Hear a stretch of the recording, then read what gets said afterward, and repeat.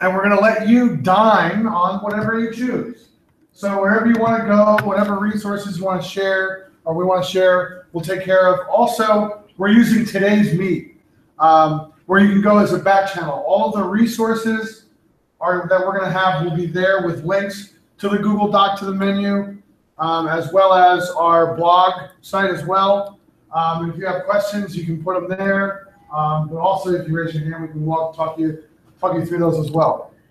Go ahead. So the very first link that you'll see in the Today's Meet right up here is a link to the menu for today. It's a link to all the things that we have hacked and we want to prepare to share with you. But since this is your session, I don't want you to come to a 3-hour session and us cover things you're never going to use or you have never used. Well, if you've never used some of the things, I want to show you some amazing things to use. But if there's something that you're like, I want that, you have it listed last, but I want that. We want to make sure you get that before you leave. We want you to leave here with just a mind-exploded experience and go, this is why I come to ISTE. This is why I fly all the way from, where are you from? New York. New York. New York. Where are you from? Australia. Look, oh, New York, Australia. Connecticut. Very good. Iowa. Washington. State or DC? State. Nice. Very good. So we're from all over the place, but we come here because we are looking for innovative ways to change the lives of our students and to change the views of the teachers on our campus. And that's what we are all about. That's what we are passionate about, and that's what we want to help you with. So like I said, I gave you our card. So if there's anything you ever need, you shoot me an email and you just remind me, I attended your session at ISTE, and you get moved all the way up to the top of the queue and me asking any questions for the rest of the year. Okay, so this is what I promise you. So has everybody had a chance to write down the shortened URL or go to this Today's Meet? So the Today's Meet that we're using, it's a, let me say that this is kind of a initial hack. This is how I infuse social media in my classroom. In a small room that I don't have to worry about outside interference with my students. And so we call this a back channel. So while I'm talking, my students can be asking each other questions. So feel free during our discussions, if you have something to add or you find another resource that you like and you want to share, please feel free to communicate that way through here. This room will stay open for a week. If you want it to be open longer, just let me know and I can change the settings and make it open longer. But this is a great way for your students to have a voice, but a quick and easy way to do it. They don't need an account. You don't need an account. You just go to Today's Meet, click Create Room, and boom, you have a nice, easy back channel. So that's what we're going to be using today right there. So if you clicked on this document, you should be on our Hacking the Apps right here. And like I said, this is our menu of the things that we're going to be covering. Now, Matt said we're at ISTE, so he said I want to tell them a quick ISTE hack that I want to share with them. So go ahead and share your quick ISTE hack. So when you're looking for ISTE, you're looking for hotels, whether it's this year, next year, and beyond. Keep in mind is making sure the hotel has a free breakfast. A lot of the blogs you'll read in terms of what the resources you'll need for ISTE are making sure you're hydrated, make sure you have some snacks, right? Make sure you pace yourself. All of that starts with having breakfast. So if you can find a hotel when you're getting ready for ISTE that has free breakfast, you'll be set. You know you'll have something every morning, whether it's eggs, bacon, or just coffee to get you ready to go for ISTE. It's been something that in years past I found, and it's been great this year. The hotel I'm staying at doesn't have breakfast, and I will say I'm sort of regretting it. Yeah. But he does have a friend who has a hotel with it, and he kind of came over this morning. He had himself a little partaking in it. So. Oh well, yeah. That yes. That's a challenge. That's a Yelp review right there. Yeah.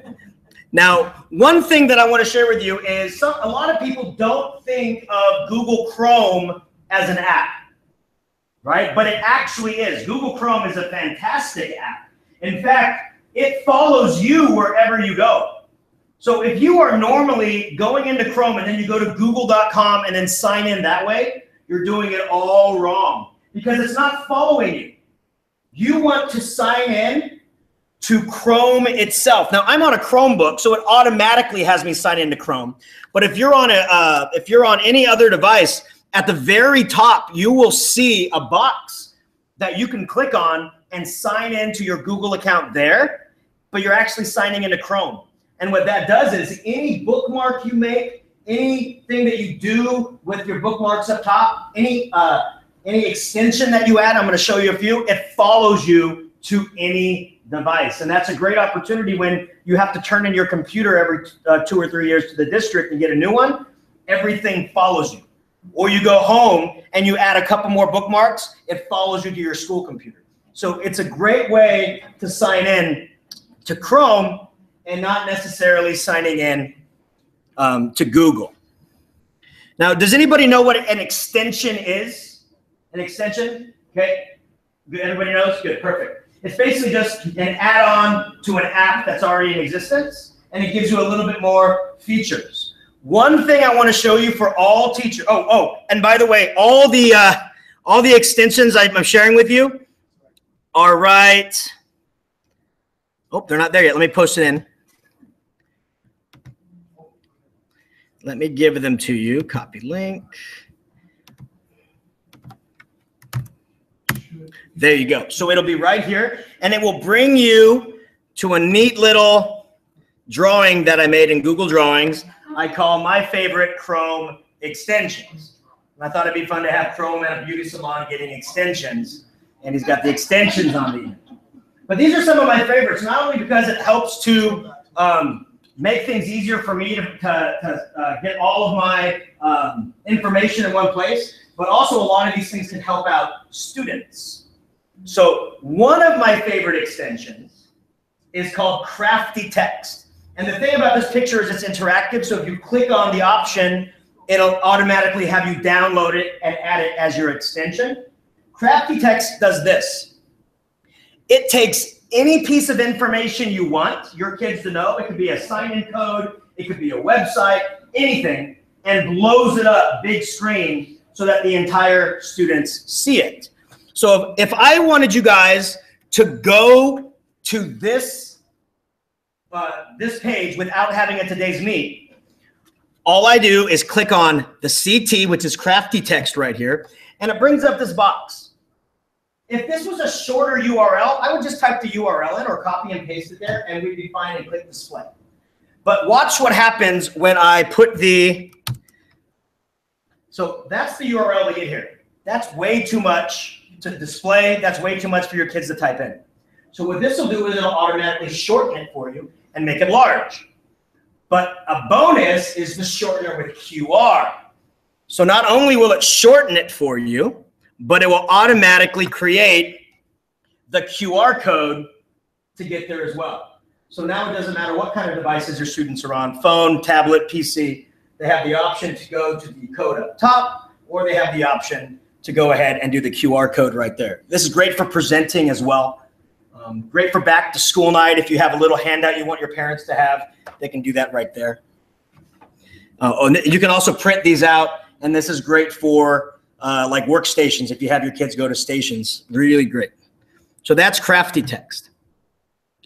Another one that I like. I like it too. Oh, which one do you like? No, are you gonna go with Screencastify next? No. Okay.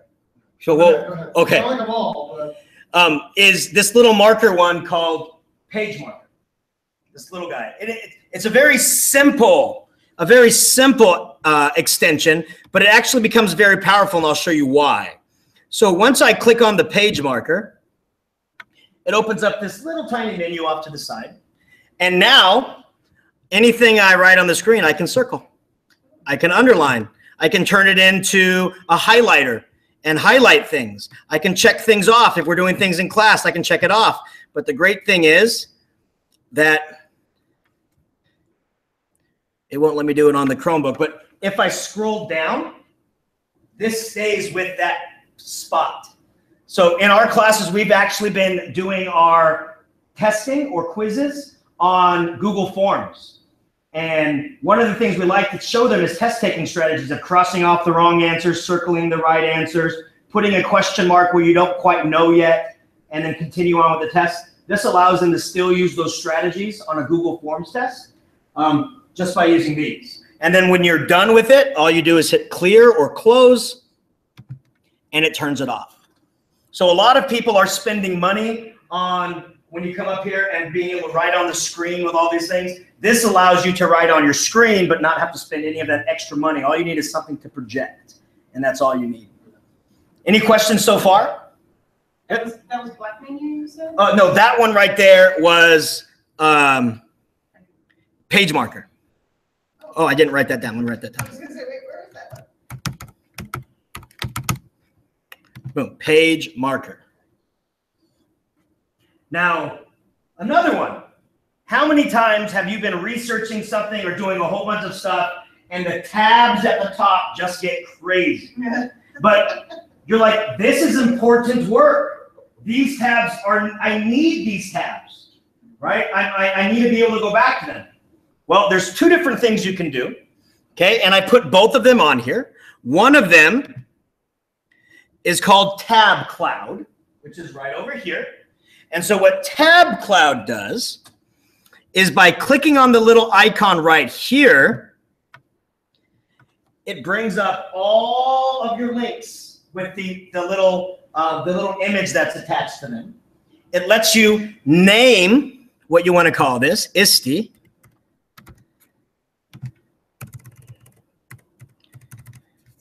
And then it lets you save it. And now, whenever you go into Chrome, you can go, oh, what was I doing yesterday? Tab Cloud. And all you do is click on the green, and it brings them all back up. It brings them all back up. And I was showing this to Matt today. He goes, yeah, but what if you want to share those?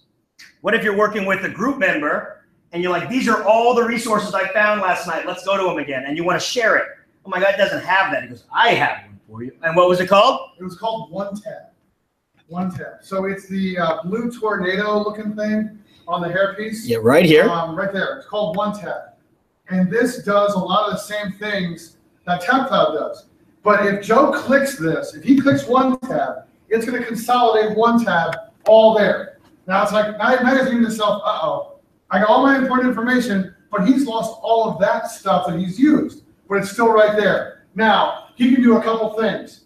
The first one, he can share it as a web page. So it saves it as a resource. So if you're working here at ISTE and you've got hundreds or dozens of resources that are internet-based, you put them in one tab, boom, it's right there. And there's a QR code, right? And since this extension is linked to your Chrome browser, and if your Chrome browser is now linked to your phone, you have now access to all these tabs right off your phone. And so what we did was, I'm going to restore all. There we go. And once you hit restore all, it brings them all back up. And what we've done is also in our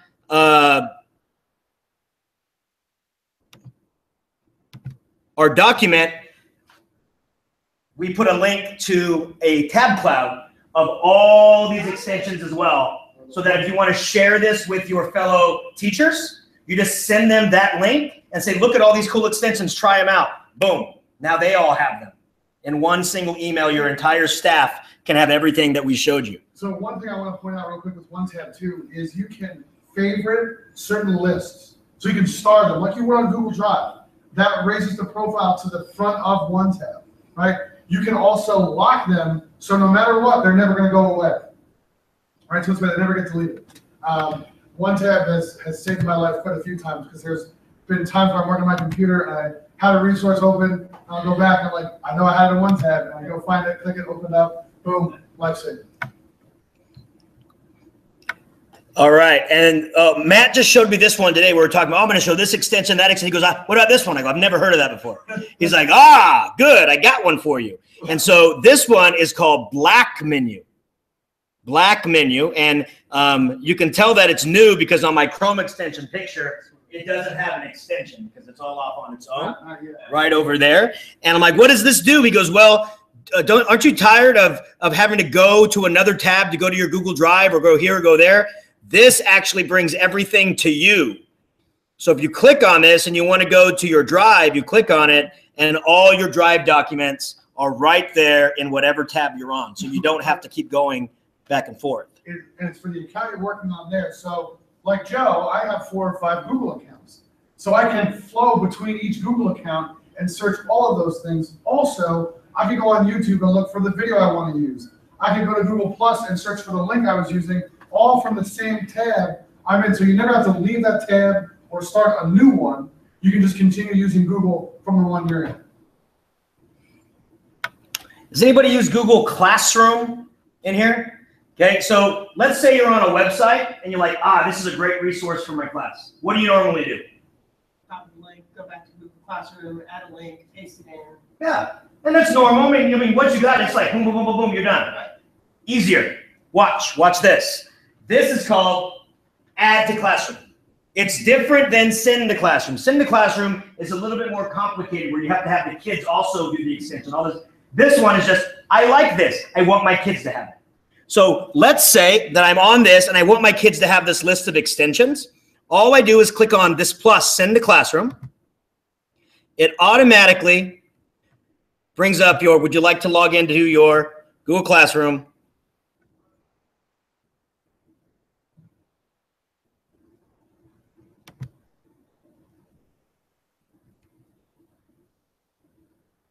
Come on. We know this isn't your fault. That's right, this happens in my room. Let me see one more thing. Let me just do this real quick and click it one more time. It should do it much faster.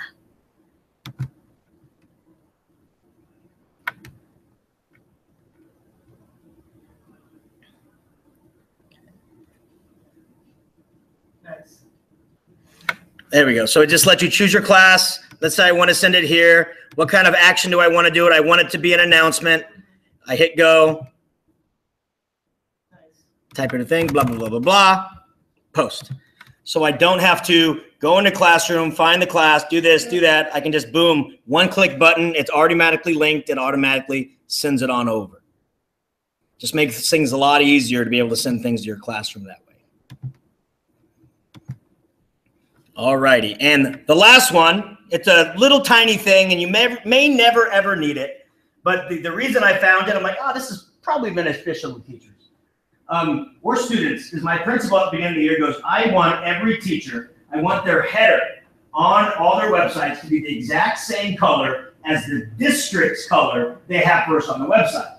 And I go, well, you're asking us, the district uses a different web creator tool than we do. We use Google Sites. They use something completely different. I go, Google Sites only has the traditional color blocks. They don't have anything like that. I go, but we need it. What am I going to do? What am I going to do? Well, I found this thing called Color Picker. It's this little bullseye looking thing right here. And what it allows you to do is I could go to the school website.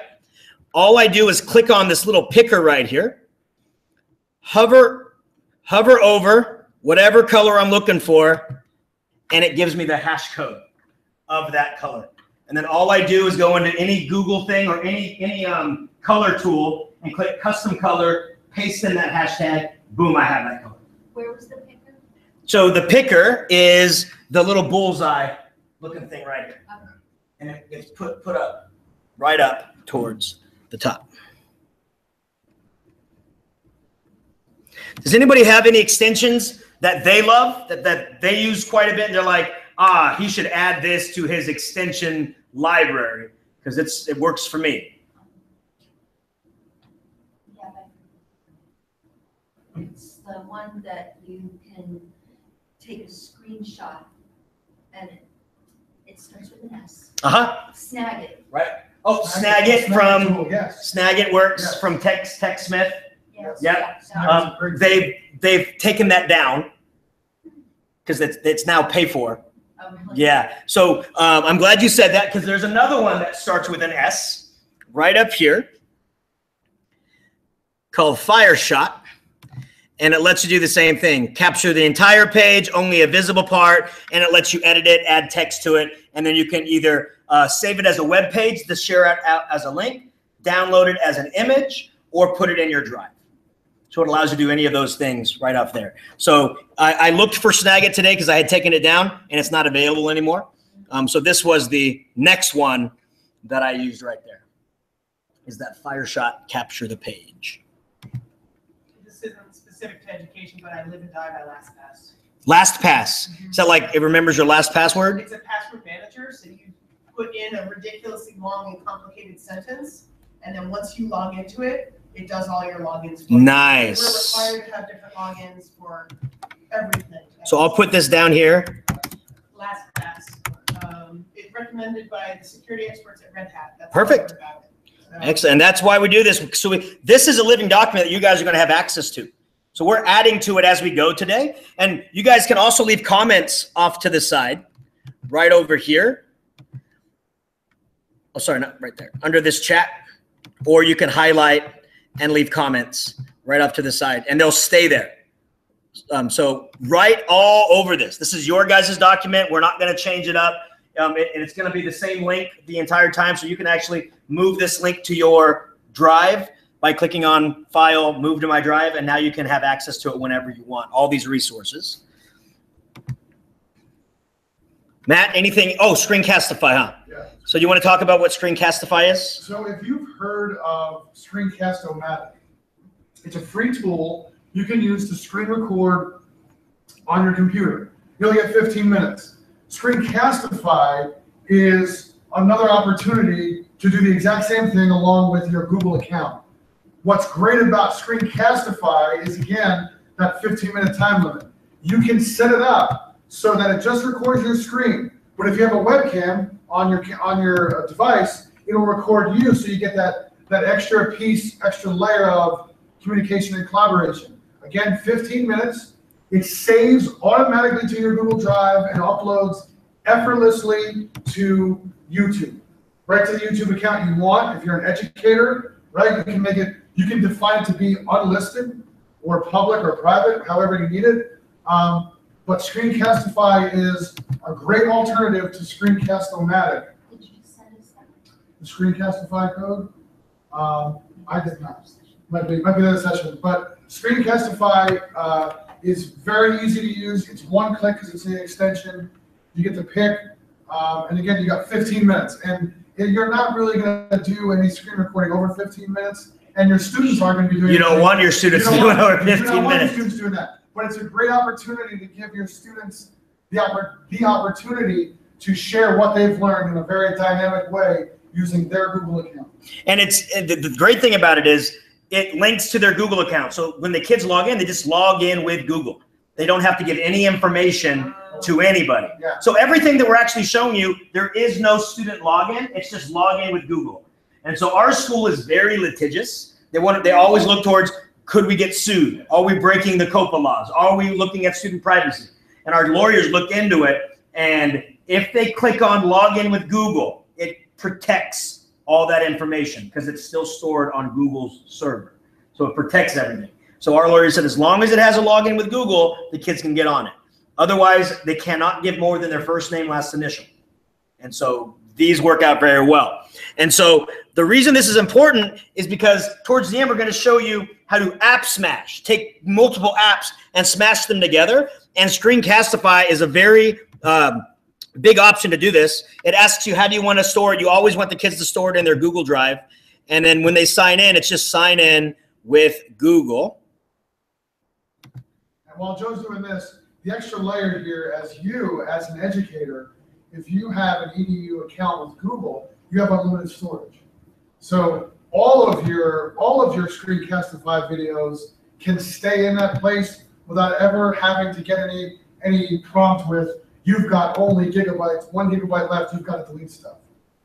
So everything can stay on the EDU account.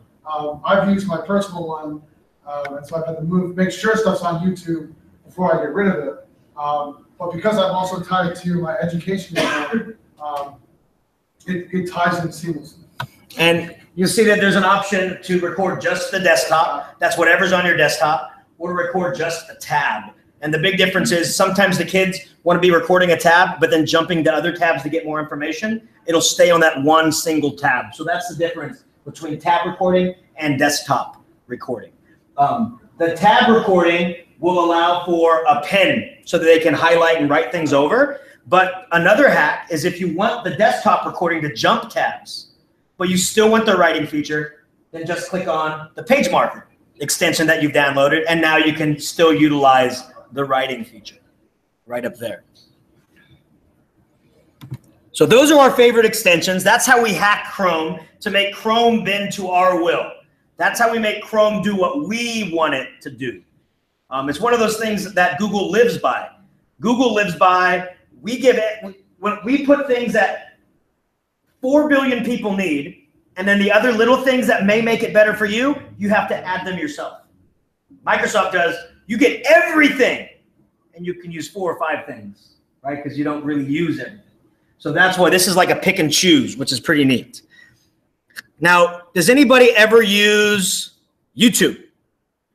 Yeah. So how would you have a student watch a YouTube video?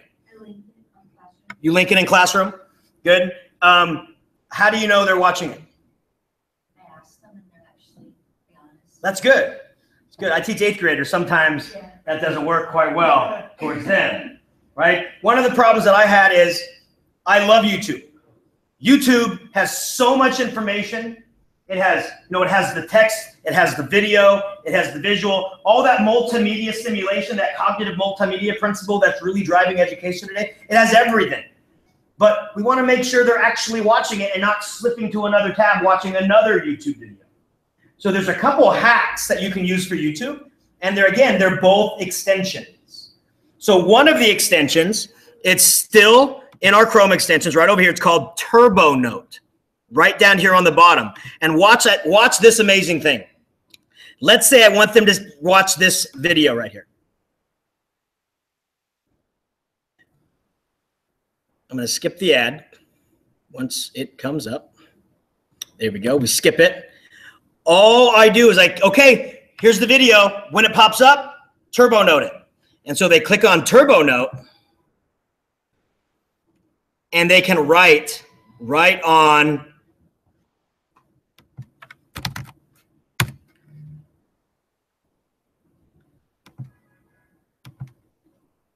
what is it doing?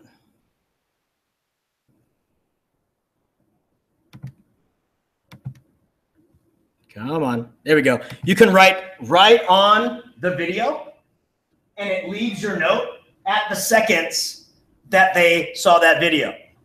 So what you can do is you can do this. You can watch the video, and your notes can be questions that you want your kids to answer. And all you do is when you're done is after you come in here and you say, type in the note, notice it saves it at that exact second right there. And all you would do is click on Share Notes.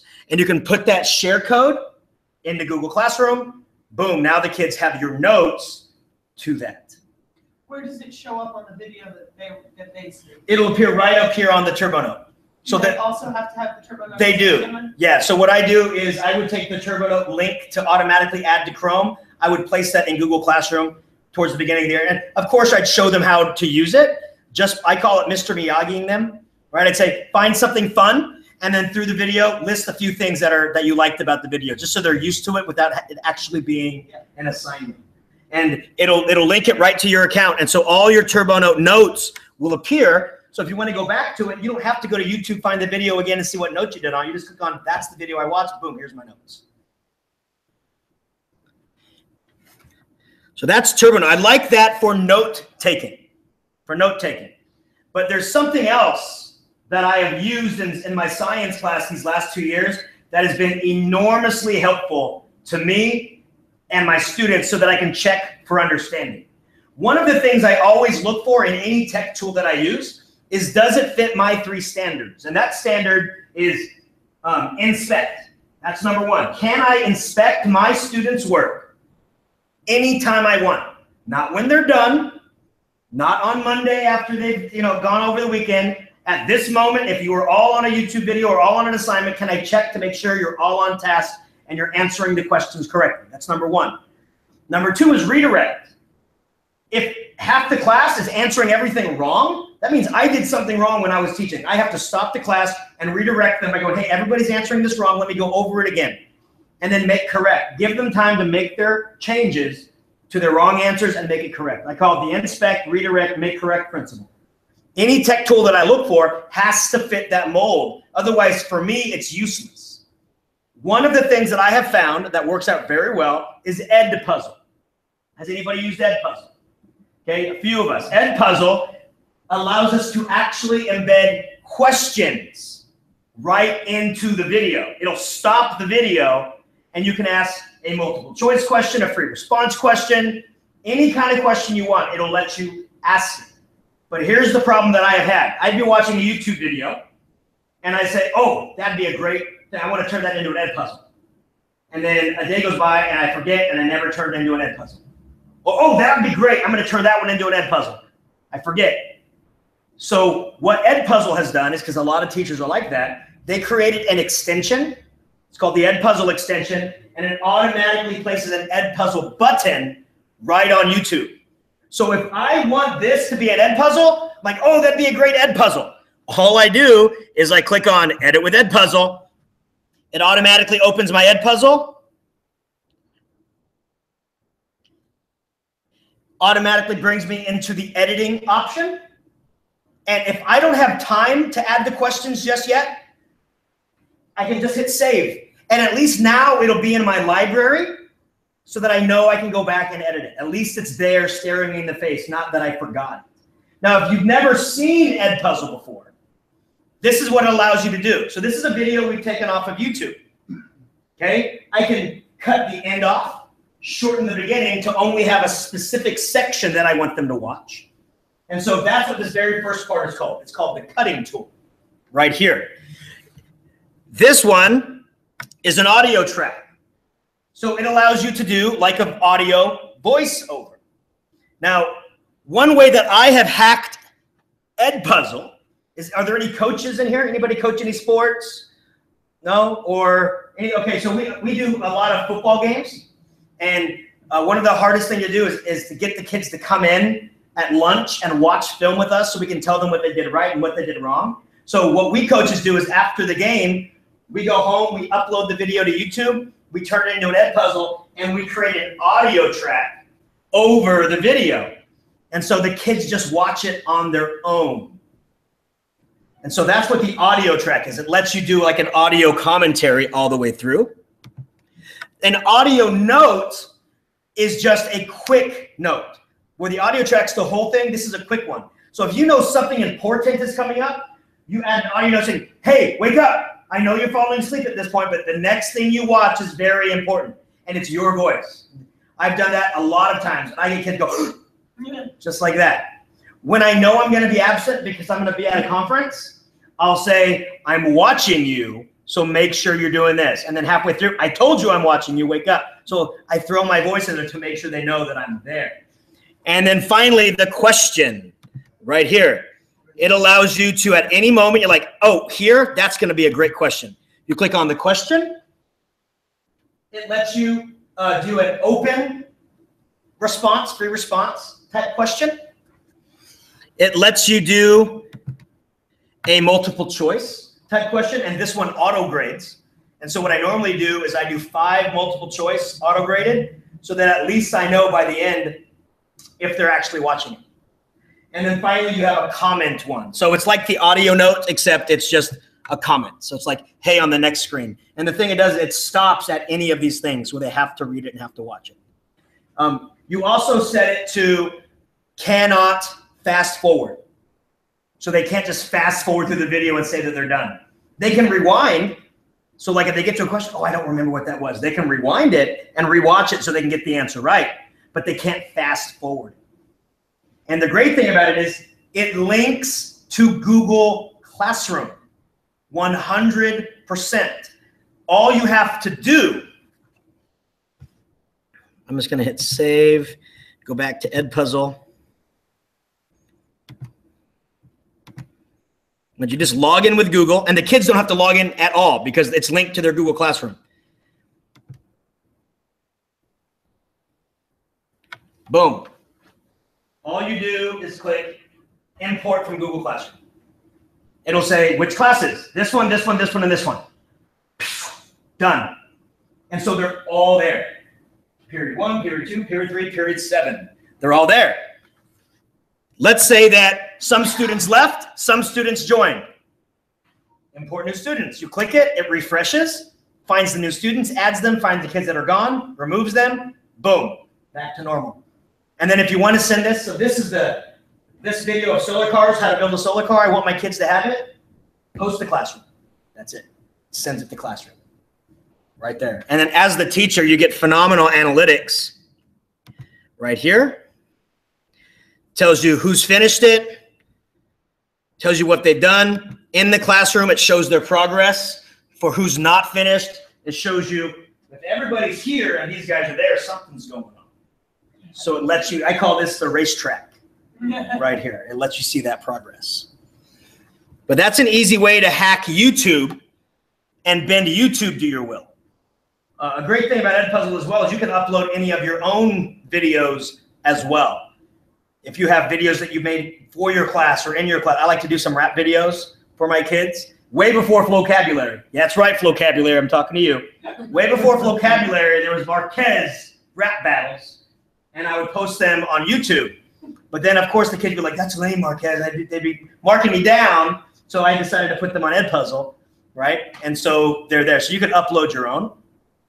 You can also have kids do screencasts using Screencastify, then upload that video to their own Edpuzzle, and boom, have kids watch that. So that's another way you can utilize that.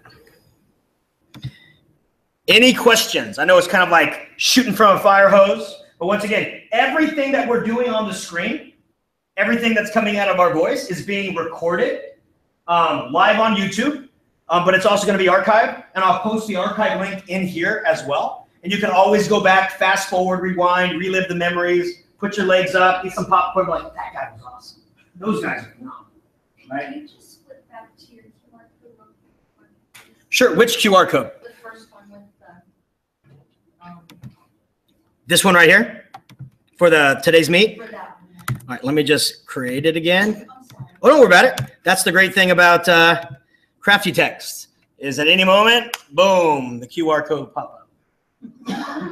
Pop up, there we go. Thank you.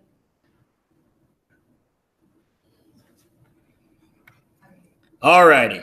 Now, you can't do a hacking session without getting a little bit googly. I am a Google certified innovator and Google certified trainer. So I like to show you ways that you can use Google in ways that you never thought possible. And one of them is search. Search seems very simple. It seems very boring. Let me show you. I just go to google.com right here and you search. But there's so much you can do with the search. And there's a couple things that you probably have never heard about or have never seen. So let's say you tell your kids, I want you to write a story about a unicorn. Okay, so I want you to grab an image of a unicorn. So of course they type in unicorn. That pops up and they go, oh, where do I get the images? Well, click on images. So there's the unicorn. But then you say, you know what?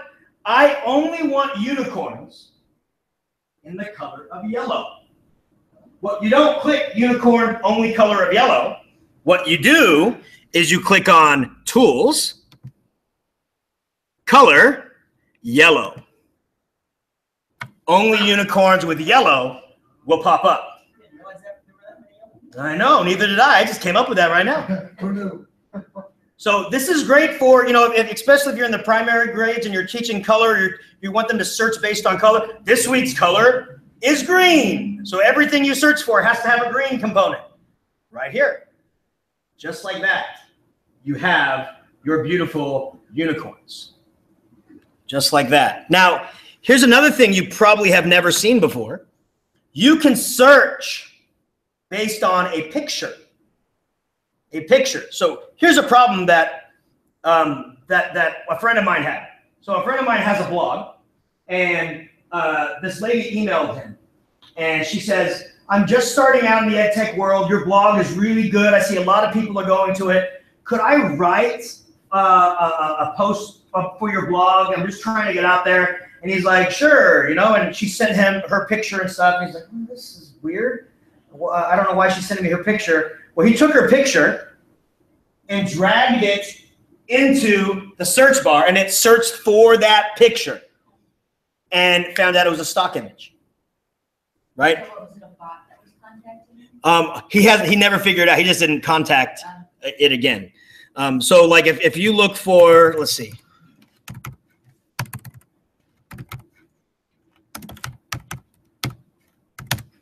So if you look for this guy, oh, that's only yellow. It's still looking for yellow. Any color. There we go. So if you look for this guy and you want to see where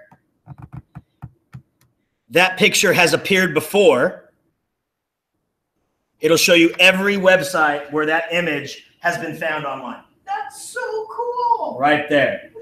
So you can add, so we utilize this in our language and history classes because there's a lot of news out there that uses pictures from past disasters for disasters that are happening now. And like, wait a minute, that doesn't seem to fit. And so you'll drag that picture in and notice, oh, that was from this disaster, not this disaster. So you can see that, so we really got to make sure we're looking at these stories and really searching credible sources, okay? Because not everything is up to par with all that stuff. So you can search by picture. My student taught me Yeah? No, that's the fun. That's the great thing about students. And they, did you know you can do this, or did you know you can do that? So these two things have really helped me out this year, and so I love to share things that are short and quick and simple that you may have never heard of before, but you can find a lot of ways to utilize these. Sorry, can you show that one again? Absolutely. So all I did was I searched for a picture. So let's say that you searched for Q. Q is computer using educators. And so all you do is click and hold, drag it up to the search bar, and then where it says drop image here, you let go. And it brings it up, and it will show you every website that that picture has been found. That's so cool. Right here. Search by image. Ooh, freaky. Yeah. Really cool. Yep. Now, you'll notice on all your phones, whether it's an Android phone or an Apple phone, every time you take a photo, it is scanning your face. It's scanning your face for your attributes so that it recognizes you. I mean, it says it in the terms of service that it does this, and everybody clicks on OK because they don't want to read the 24 pages of documents all the way down. You probably don't know this either, but it also tracks every single place you are, and it actually creates a map you can go to and search for where you've been, and it'll put a tab on it. It follows, as long as you have your phone on you, it follows you wherever you go. Every YouTube video you've ever watched, that makes my kids cringe. Yeah. Every single one, it goes on there, and every web page you've ever been to. As long as you are on a Google account, it'll do it. Apple does the same thing. I don't know where they post their stuff though. You can decide what the content. You can go to history.google.com and see all your stuff, and you can limit things and go on there and turn things on, turn things off right off of that. Alrighty. So let's see what we've done. We've done hacking the browser, hacking the YouTube, hacking the Google search. Let's do a couple things with Google. We can go back to Google towards the end if you really want to get googly. But I want to show you something that none of my teachers knew about. None of my teachers. And this one I'm going to do in Google Slides. So if you are on a device that can get Google Slides, I'd please like you to open up a Google Slide for me. And if you could also open up a Google Drawing. Okay, so let me show you. I'm just going to open up a Google Slide and a Google Drawing. So I'm just going to click here. Oh, and by the way, you guys know that this is an actual button, right? It's not just an icon. If you click on that, it takes you to all the templates. Okay. So here we go. My Drive. I'm going to just go into the ISTE folder so I'm not creating things all over the place. Click new, and I'm going to create a new Google Slide presentation. And I'm also going to create a new Google Drawing presentation.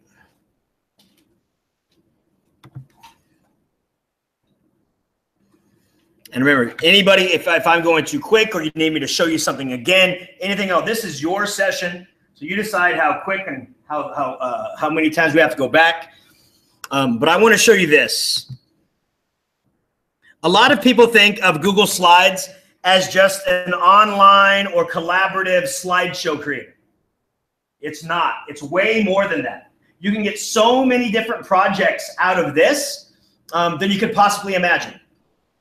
First thing, and I'm sure all of you are aware of this, is that you don't have to use this shape, right? You can always come over here to File, go to Page Setup, and change it right here.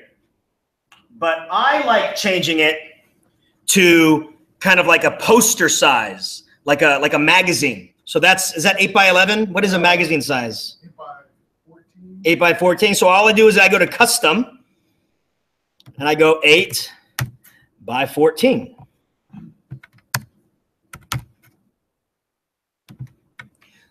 That looks a little bit thin. Oh, well, you ever find out what a magazine one is? And you can actually have them start creating a magazine template right out here. Now, I've had teachers actually create their yearbooks off of Google Slides. Now, I told this to a teacher once. She goes, yeah, but nobody wants just these blocky images. I go, you can have any shape you want of an image. She goes, what do you mean? I go, Google lets you change the shape of any image you bring into your slides. Has anybody ever changed the shape of an image right in Google Slides? Okay, so I'm going to blow your mind right here. So I'm going to go to Google search, and I'm going to find that handsome guy again, right over here.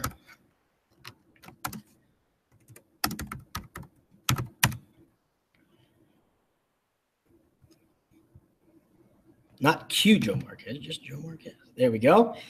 I'm going to click on him.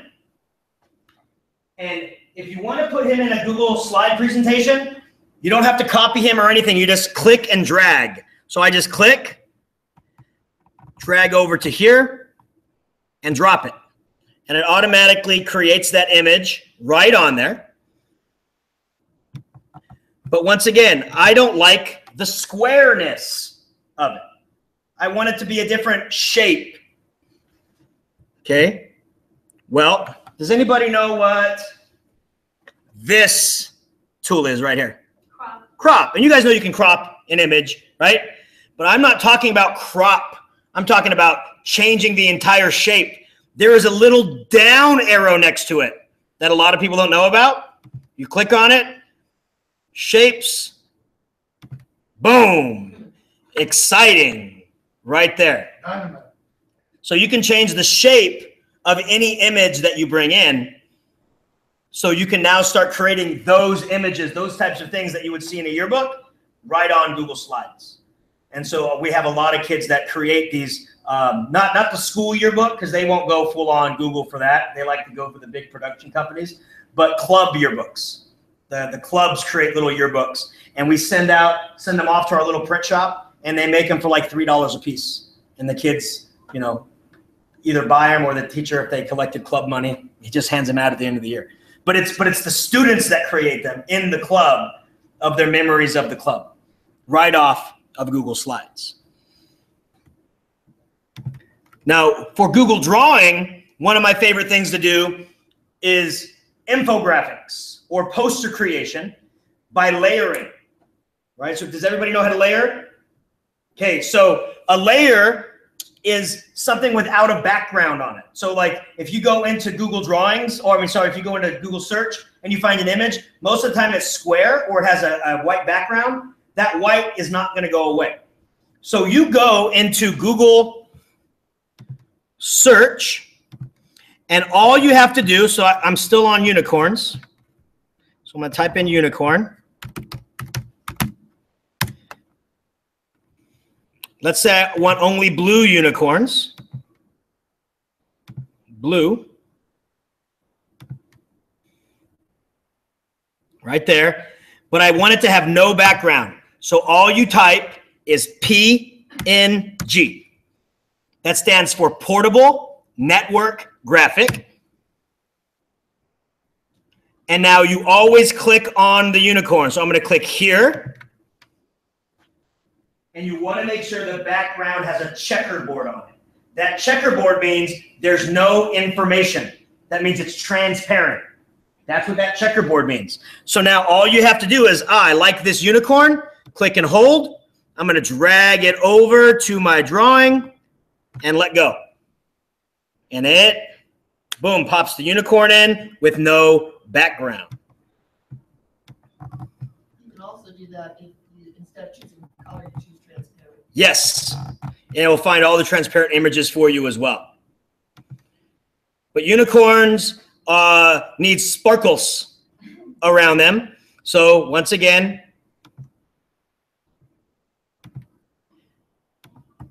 turn off blue. And so what we're talking about is right here, transparent. You can type in that, you can click that transparent. It'll search for the PNGs that way as well.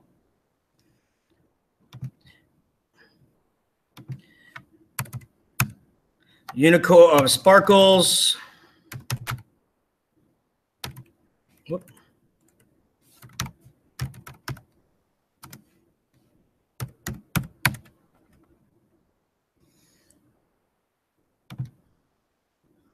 There we go. You can see that there has that checkerboard background. So I just click and hold, drag it up. Whoops, I let go too early.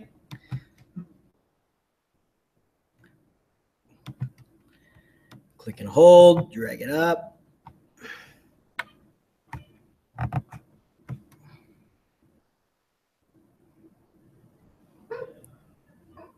Boom. Sparkles had a little bit too much for lunch.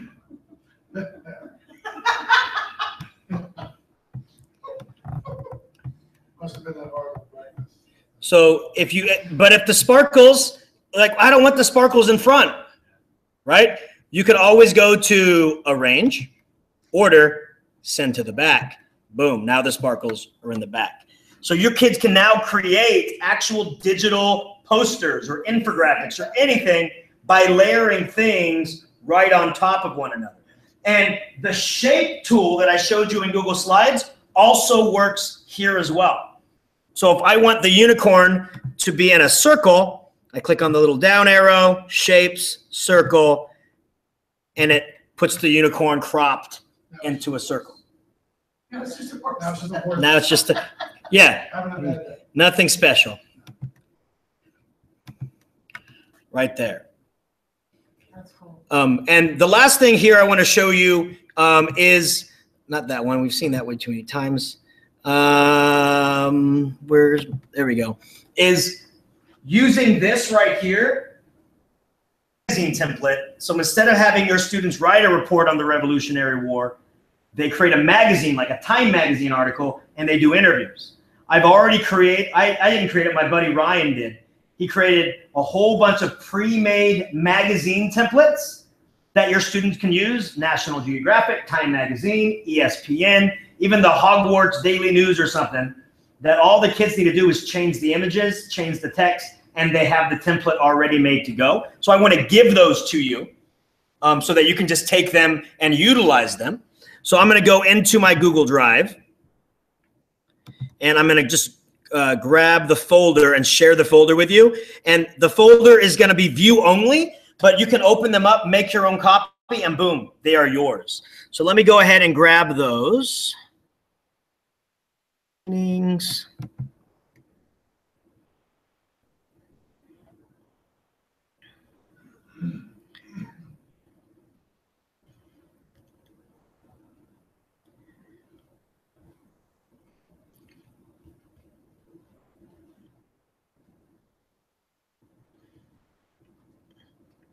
Oh, and I'll give you this one too. This is a Time magazine cover just in Google Draw.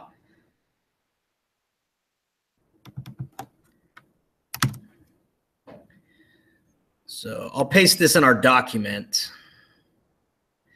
So I'll put the Time magazine right here.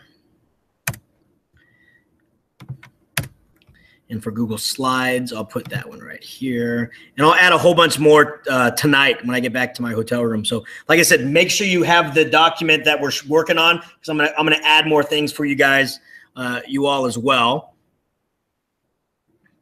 So here's the Harry Potter newspaper.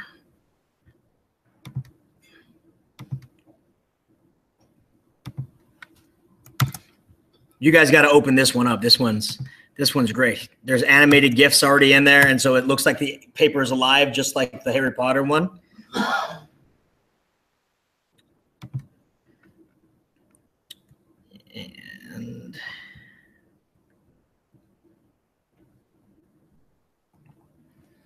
And then let me give you the folders.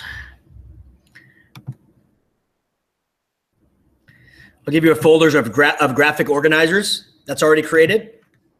I'll place that in here.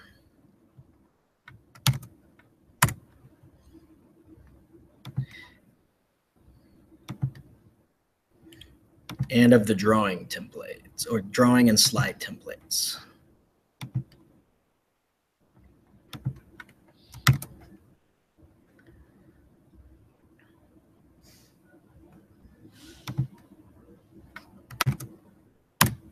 There we go. So those are all in there for you to use. Make a copy, and then all you do is, like I said, give them to your kids, and they can move them out. Somebody asked me at my last training that I did, they saw the Time Magazine one right here. Nope, that's not it. That's my Flipgrid presentation. Right here. So this is what the Time Magazine looks like right here. The reason that he didn't shrink this to that size is because the other pages are like that dual page. So it's like an actual magazine. And once again, this is by my friend Ryan O'Donnell. And each of these down here are hyperlinked to another portion of the actual thing. So it's like a digital magazine. And the teachers didn't understand why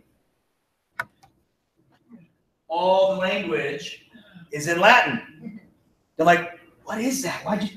Because I don't want the kids to just leave it and say they wrote it. So if it's in Latin, they don't know Latin. So they have to delete that and retype in their stuff. But they can come in here, they can grab a new image, they can post a new image on there. They can, act like they are the actual reporter. And so this really changed the way we do the Revolutionary War report. So instead of writing an actual report, they are interviewing George Washington and playing both parts and answering the questions correctly. So I've given you all of the templates for all the magazines that have been created, and then also all the templates of all my word webs that we have for this as well. Matt, anything you want to add in? No, you've done a robust job covering a lot of the resources with the Google Slides. All righty. I think the magazine stuff is imaginative. And I'm already in my head thinking, I was like, okay, how am I going to pitch this to so-and-so? How am I going to pitch this to so-and-so in terms of next level type of projects? Now, I don't like to do so much Google in a row because there's only so much Google you could take. So we always kind of want to, it's kind of like when you're eating, sometimes you want to take a quick bite of dessert so you get a change of palate, and then you can go back to eat a little bit more food. So we're going to skip the Google Forms with My Maps towards the end. We'll add that towards the end if we have time, or if you want to go over it. But what we'd like to do right now is to show you a thing called Nearpod. Has anybody ever seen Nearpod before? Nearpod? No, but I've heard nothing but like awesome things. Okay. I saw it yesterday, and so I teach mainly last year at school, and we in Australia we use with industry exams. So you're just pushing through the content, just pushing, and so you often just have to revert to PowerPoint to get through it. Not just so I'm like, it's going to bring it back to life. No, so and that's fantastic. I always explain to people it's like PowerPoint on steroids, but we have done things to it that even the Nearpod people, because we're really in close with Nearpod, we're Nearpod pioneers, and we talk with the creators. we were telling them the things that we do with them. You could do that? Yeah. You can do that with that? I'm like, yeah, no problem.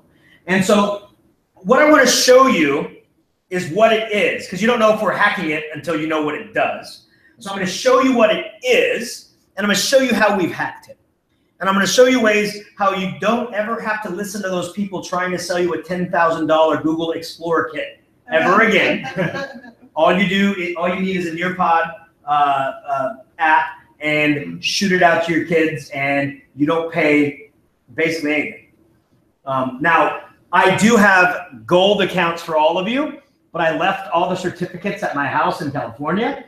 But I do have all your emails off of the ISTE profile. So when I go back home and I get them, I am going to give you the code to upgrade your silver account to a gold account. Also, a couple other tools that we have today, we're going to give you premium accounts for. Just for being here with us, you get the premium accounts to be utilizing as well. We also have some neat Nearpod stuff we're going to give to you today as well. Lots of swag. Lots of swag.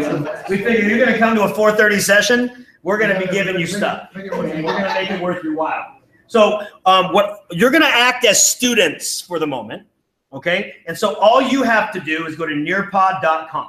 That's all you have to do. Just go to nearpod.com. And you can go from any device. Yes, device agnostic, absolutely. One of the best features of Nearpod is the device agnosticism. It works on any one. No, so that's the great, yeah, Not just, yet. yeah, all you can do is type in a code. You're going to go to nearpod.com, and it's going to ask you to join a session.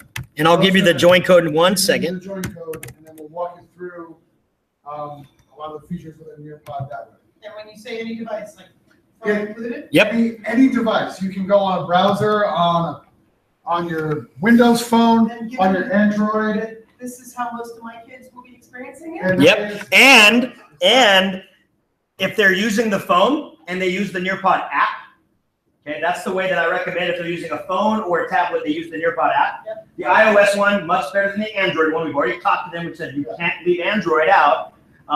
But when we do an expedition type VR field trip, it works so much better on the phones because it actually uses the gyroscope in the phone to follow along. To follow along. We were going to bring in the VR goggles that Nearpod was giving away, but those went by so fast. They looked at us when we asked, like, "You kidding? We don't have any more of those." And they're too big for me to carry in my suitcase. So unfortunately, I couldn't bring one for you guys to have and keep. But I will share with you some of my favorite ones that you can buy for like $5. And the best time to buy them after Christmas, when all the parents buy their kids them and the kids don't know what to do with them. So the parents send them back and they sell for $5. Best time. So Nearpod, you get an account and you get this thing called, this is your home screen. It's My Library, which is where all the things that you have made are in or have gone into the Explorer that you like, and it pushes them in there. So you can make things fresh, brand new. You can take any pre-existing PowerPoint, and all you do is drag it over, let go, and boom, it turns it into a Nearpod. So you don't have to start from scratch. And you can also turn any Google slide into a Nearpod. There's an extension called Nearpod Eyes that once you're on your thing, you click on it, and boom, it turns it into a Nearpod. So anything can be turned into anything in Nearpod. We did say that one of the challenges with the Nearpod Eyes, and they probably don't want to say it, but we'll say it anyway, is that you'll click on the button to Nearpod Eyes, and you'll get the spinny wheel of death. However, if you go back into Nearpod and go to My Library, it'll pop up there. So it will get done. It'll just look like it's taking forever. Yeah, my students found that out. Like, I don't know why it's not working, because I have my students make Nearpods. So what I have them do is I have them work collaboratively in Google Slides to make the presentation, and then they click Nearpod Eyes, it turns it into a Nearpod, and then they add in the extra features that Nearpod allows you to do. So we're going to do one of my favorites that I love to give to my students, and it is on outer space. So I'm going to do... You're going to see these two things here on the teacher side. As Joe goes through, there's the live session and the student-paced version. The student-paced version is great because they have access to it and they can go through it on their own time. It is something that will be an added feature to a gold level or above account. But with your preview that you'll get the opportunity to see what that's like, and then you can talk with Nearpod. They can set you up a lot of different ways. But that student-paced model comes into play later, and it's been one of the best features I've seen because I can design Nearpod.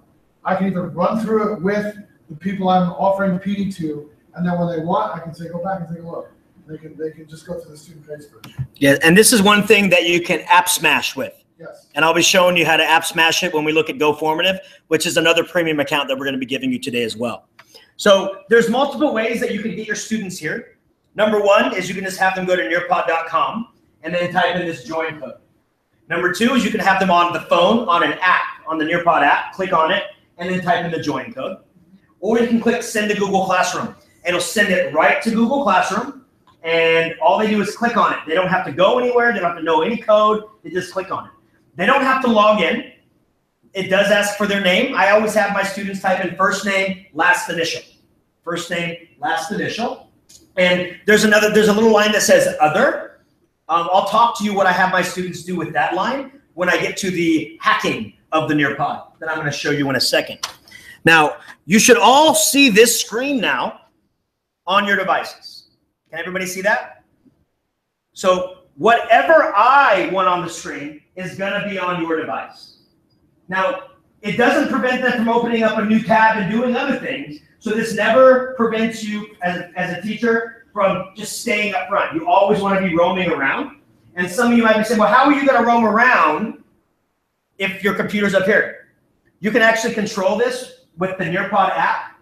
On right now, it's only available on the iOS, but you can control it on your phone. And you can click next, and everybody's screen moves by you roaming the room.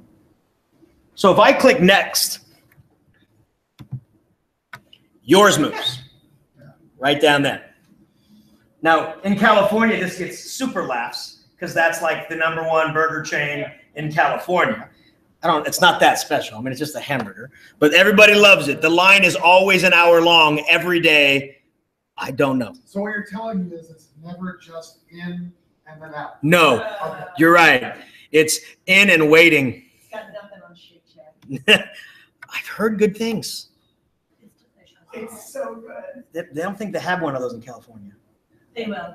They will. I'm sure. I'm going to Georgia in July. Is there one in Georgia? Anybody I know? don't know. I only know the New York, Georgia. But yeah. I know. I'm doing a Google summit down there. It's in late June. Yeah, it's colder than normal. Is it really? Yeah, it was 103 degrees on Friday. That was pretty. Pretty rough. What's it like in Australia? In summer, it's bloody hot. Where I come from, we can get 5 days above, what's 45 degrees Celsius? Yeah. Hot. Yeah, it's hot. 150. Oh. Yeah, it's like I live in the valley of California, and it seems like all the coolness gets ripped away by the mountains, and the heat just falls down into the valley, leaving nothing but dry sweatiness. Dude, it's more than 90 in Connecticut. Everyone's just hiding inside. Yeah, it gets so hot where we live that when it's like 60 degrees outside, people are wearing shorts and a t-shirt going, yeah, this is great. So what you see here is I've put in a pre-quiz for you. So I can see what my students know before we go through the lesson. So that I can be like, okay, there's some things I want to spend a little bit more time on, not so much time on. Now, some of you might be saying, wait a minute, Corey finished the quiz before everybody. Now everybody knows the answer, right? So what you can do is down here, you click on this little silhouette of a man. Song, but you do. You click on it, and once you click on it, it hides all the students right up here. It hides the answers, but you still get the progress circle. You still see how many have been gotten right, how many are wrong, and how many have not been answered yet. You still see all of that right here, and you see that in number and percentage value right down here on the bottom as well.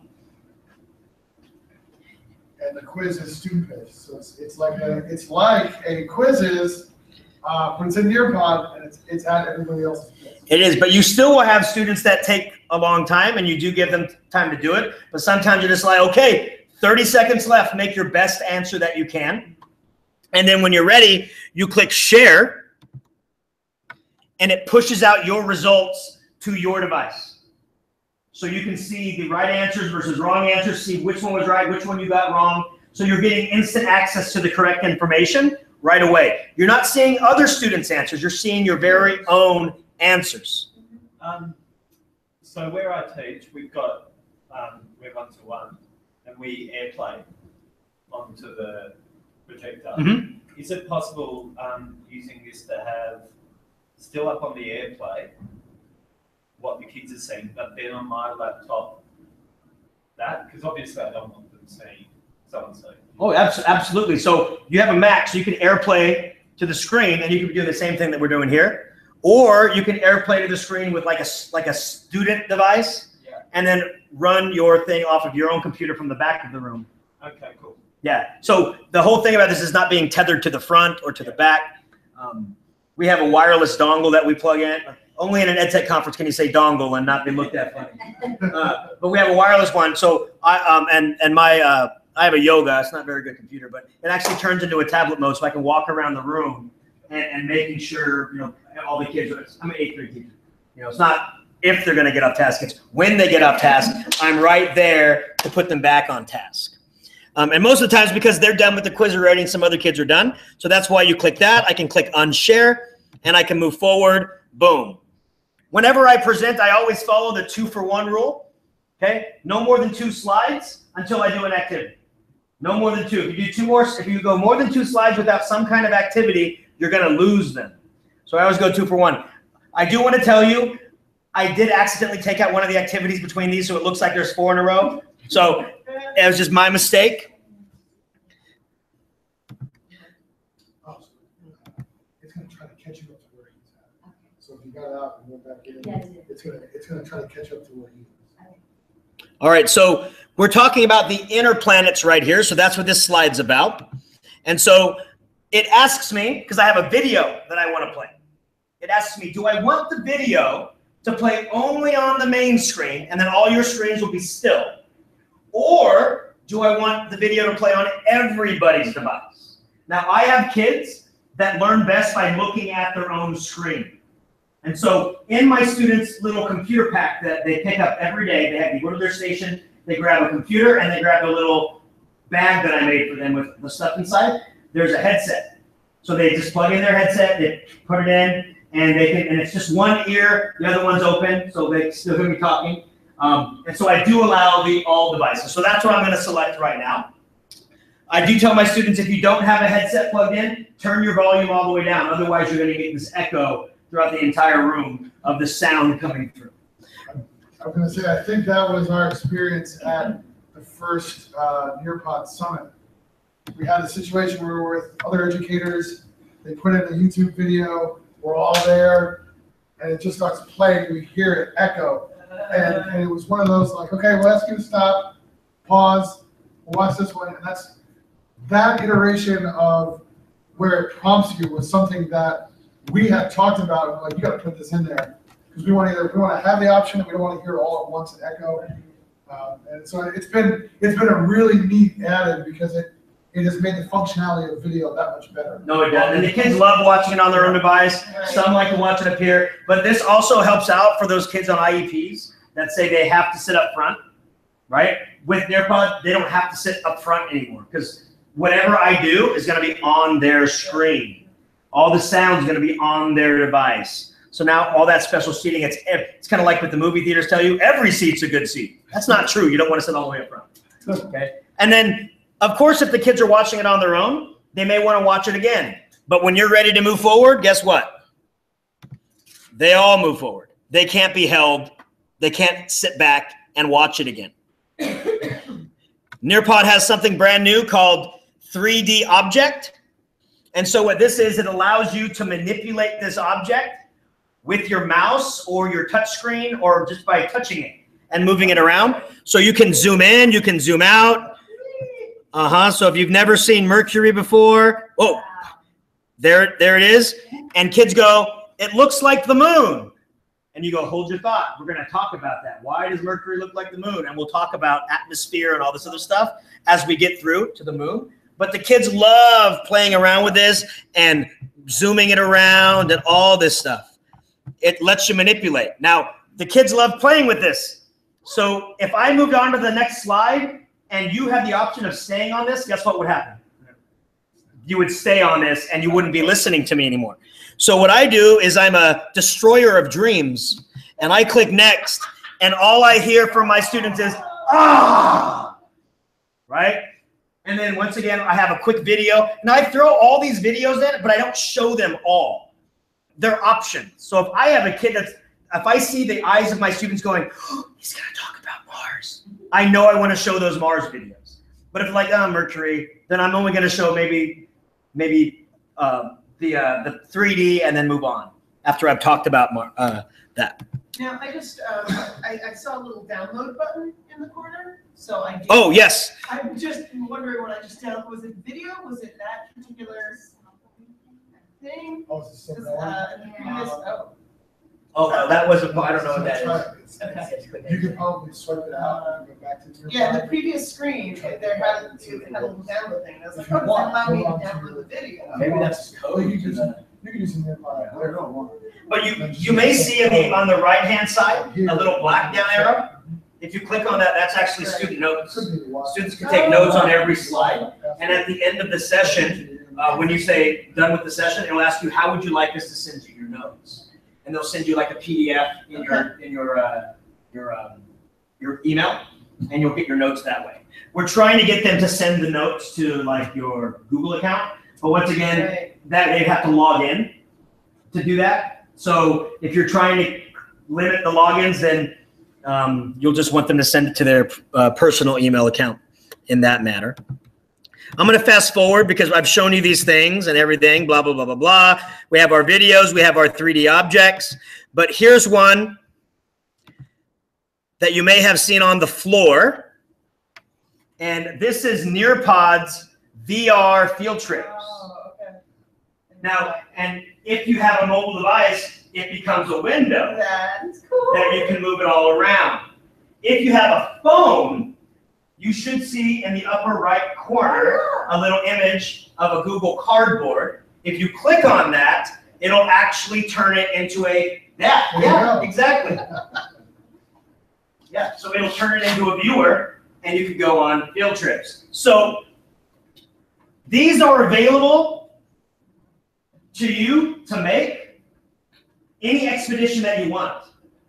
They've teamed up with 360cities.net, which is a website for professional photographers who take 360 images.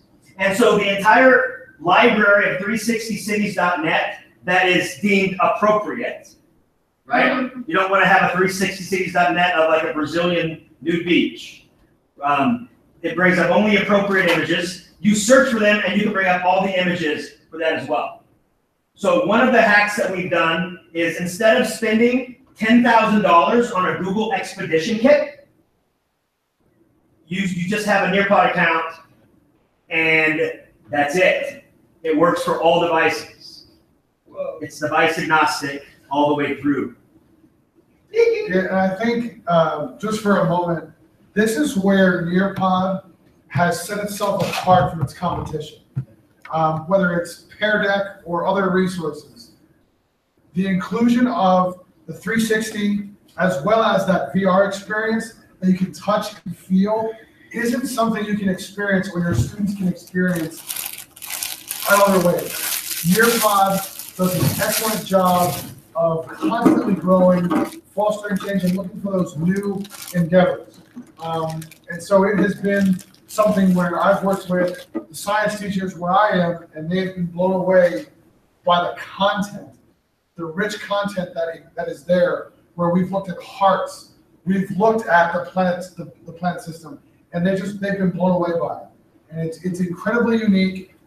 I can't say enough positive things about it, and I would say that the resource itself really speaks to where Nearpod is headed. It's excellent. Excellent. So in the Central Valley, we're about an hour away from Yosemite. It's a place that people travel to from all over the world. And I always ask at the beginning of the year, did anybody go to Yosemite this summer? Nobody raises their hand. Then I ask, oh, raise your hand if you've never been to Yosemite. And the majority of my class raised, we're an hour away from one of the most beautiful places on this planet, and they've never been. So I know if they've never been to Yosemite, they've never been to Yellowstone. I always want to call it Jellystone. I feel like I sound like I feel like exactly. They've never been to Yellowstone, and so this allows me to take them to Yellowstone. Does that have anything to do with the SDS of your school? Not really, because most of them go to Hawaii. Really? Do you take them to Yosemite? We don't do field trips. Yeah, we're not I mean, the most field trip we can do is our art teacher can take the kids to the Fresno Fair to see their art projects if they were accepted. So this allows me to take my kids on field trips. But yes? Do you guys have Aldi in America? Yes. Aldi? Yes. Is that the German discount supermarket?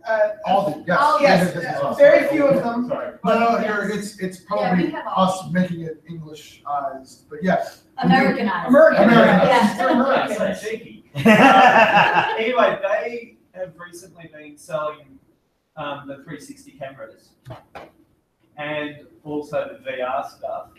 But yeah, they've been selling for about 150 Australian, and I know for a fact you guys get everything cheaper than us. So you might be able to pick them up without being pretty cheap. Yes, I'm glad you mentioned because I totally forgot this was in my pocket. Yeah. This is a 360 camera. This is a Ryko. It's a Ryko 360 camera. This is the HD version, top of the line. Oh, wow. It's $299, but I bought it used off Amazon for $189. And the person who used it for 1 day, and he recorded himself. I don't know what this does, and then he returned it. So I got it for $189. That's awesome. And what you do with this is you can actually have your kids, if you trust them, go around and take 360 images of their school. And all it is, it has the fisheye lens on both sides. They come over here, and all they do is they click on the button right here. And so we go, everybody smile. Done. 360 image, take it. Wow. And you can upload that picture to 360cities.net. You create yourself a license, and now that's available for you to make an explorer of your school. What's it called? It's called a Ryko. Ryko? Yeah, Ryko 360 camera. It does photos and videos. You can post the videos on YouTube, and it becomes manipulative on YouTube. You can actually scroll through it and look around. I did a McFlurry eating contest, and I won, and we put it up on the thing. Have you ever used ThingLink? ThingLink, Yes. I'm wondering, I've seen this, and I use ThingLink quite a bit, especially the VR editor, where you can actually post, or you can make this image interactive. I'm wondering how that would match with your pod. Oh, yeah, you could. Yeah, that'd be an interesting look. That'd be a great app smash. So I'll have to put that into my to-do list over the summer. Take a look at ThingLink and take a look and see if it works. But this is Earth, right? But I'm talking about planets. And so most kids have never been to the moon, and now we can take them right to the surface of the moon, right on their device. So they took all the NASA images, created a 360 image of it, and boom, now you have access to being on the moon right from your device. Now, at the beginning of the Nearpod, you saw that there was that multiple choice quiz that I gave you.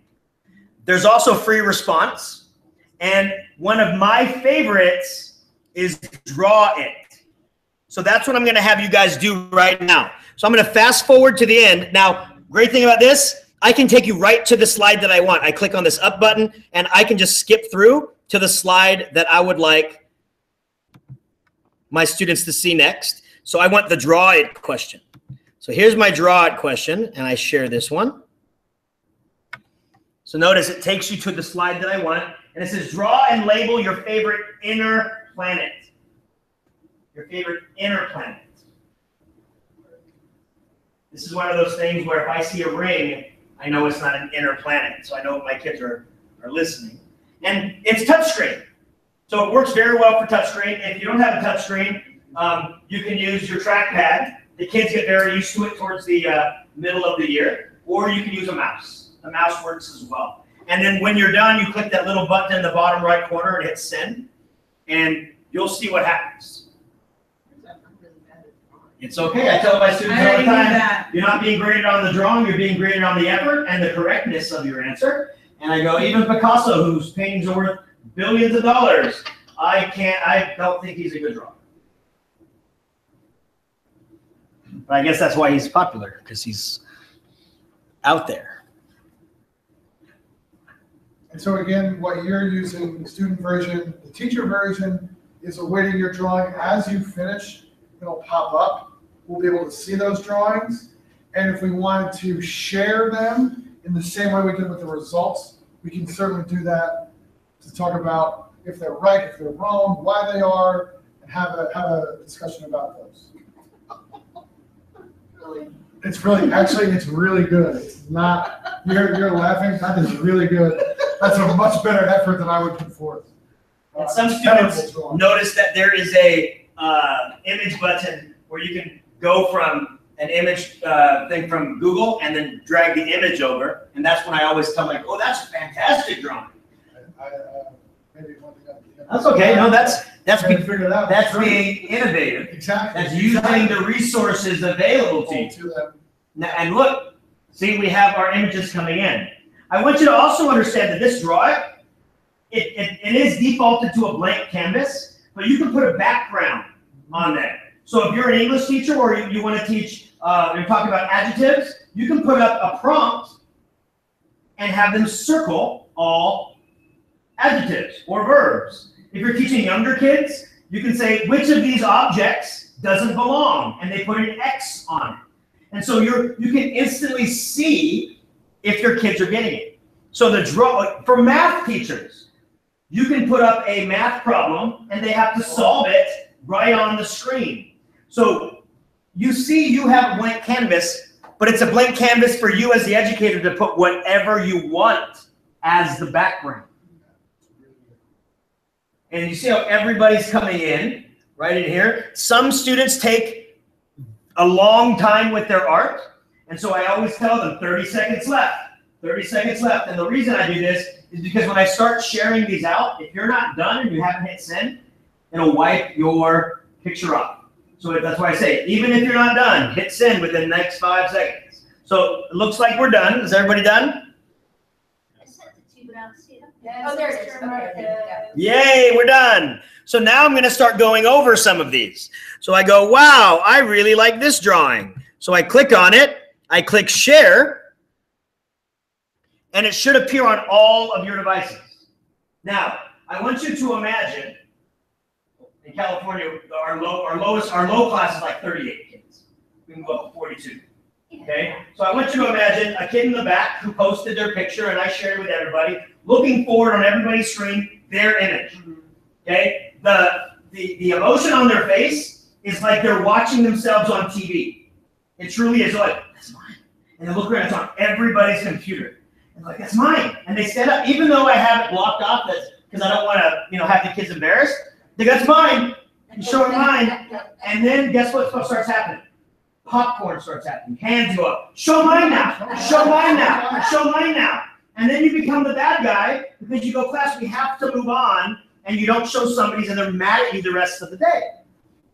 Right? But if you have more than one drawing, guess what they do on the next drawing? They try harder. They take their time. They want theirs to be picked. So they start having pride in their work, right? And I always tell them this. I go, class, that's a fantastic drawing. But what's wrong with it? What's wrong with it? And you'll always have a kid in the back saying, it said to draw your favorite inner planet, but also explain why. They didn't explain why. And so what I would do is on the next one, I go, okay, so on the next one we do, make sure you follow the directions exactly, otherwise I can't share yours with the class. And so now the kids are reading the directions to make sure theirs is being shared with the class. They're now gathering equity in the lesson. So much better than a PowerPoint of just saying, here's Mars, here's Earth, here's this. They're actually being involved in it. Now, another feature that I want to show you about Nearpod is its ability to be malleable. Malleable means moldable. Go with the flow. Go with the stem of your class. No student is the same. No period is the same. No class is the same. So it's never going to flow the same. There's always going to be things that are going to be a little bit different. So you may have a kid that has grown up and his favorite planet, his favorite planet is Saturn, right? I don't know why. He just loves Saturn. So when we're on Saturn, right here, he's like, oh, and so there's a 3D object of Saturn, and then there's a video of Saturn. Oh, and here's a VR of Saturn that I've thrown in. They can go zoom in and look at all the moons and such. But he's like, that's all you have about Saturn? I want to know more about Saturn. I go, do you know a lot about Saturn? Because I bet you I know more than anybody in this class. I go, okay, let's see. I go, class, answer me this question. So I click add activity. So on the fly, I can add any activity that I've shown you already. Any one. So I click add activity, open-ended question, tell me what you know about Saturn.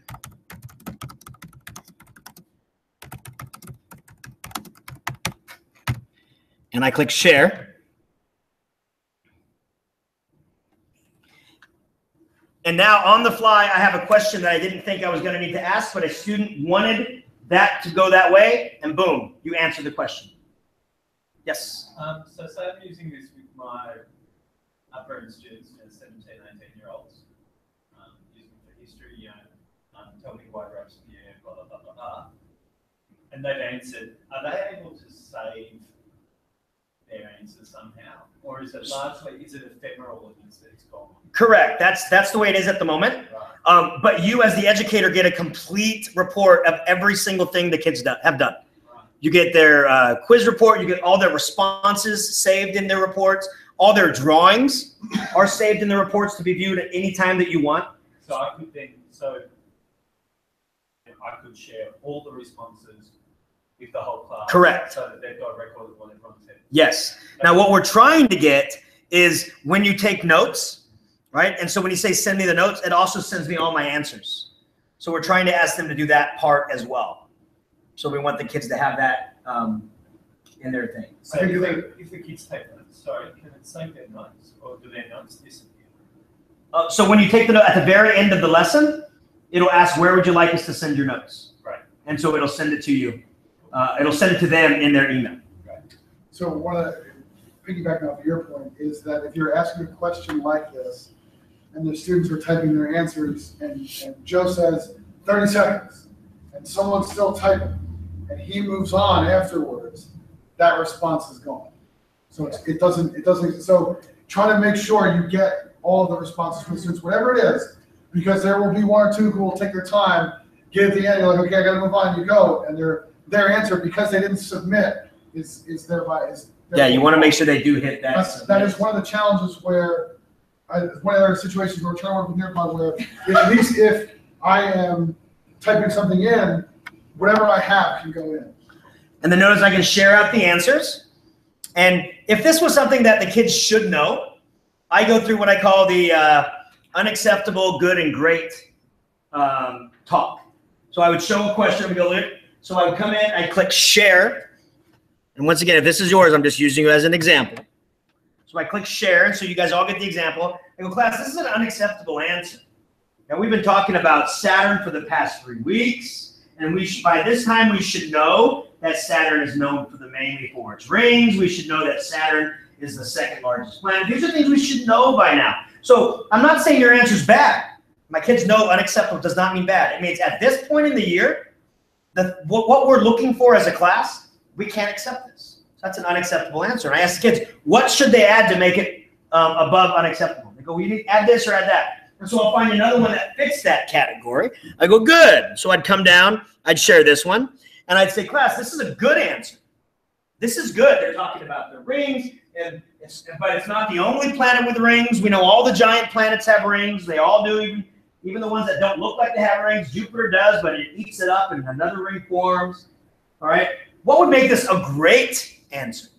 And then the kids come in with the answers for why it would be great. And so the kids are coming up with what is making it better and better. And so guess what happens on the next one? They start emulating the great answer. So by the end of the year, I'll tell you about 90% of my kids are hitting that great answer the first time because we're practicing it. over and over. And they know they're not being graded on this based on their answer, but they're being trained how to give me the type of answer that'll fit that great model all the way through. And so that's why this really makes it extremely powerful. Another thing that's great about it is you can send them to any website you want, just with the click of a button. So now I go, let's go to NASA. So I type in www.nasa.gov, and I share it, and it sends every single one of you to NASA. And I can say, okay, now since we don't quite understand what Saturn is, I want you to do 5 minutes of research on the NASA website about Saturn. So you click on the link, it takes you to Saturn, supposedly. Yeah. I got full. It popped up from us. Let me try it one more time. Maybe I didn't type it in right.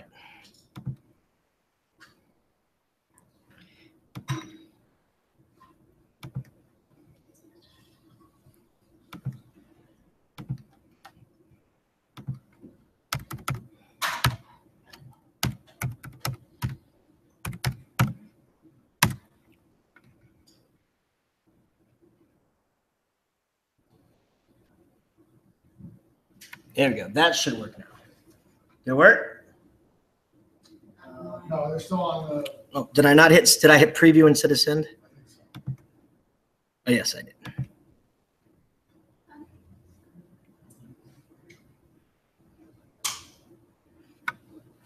How about now?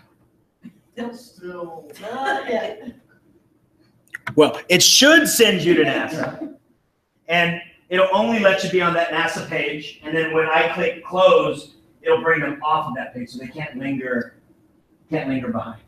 And within that page, they can navigate. Correct. That's Within that web page, they can navigate on any of the links as long as the links don't take them outside that page, like out to another website. Okay. They can go through and go around, and then once you close out of that activity,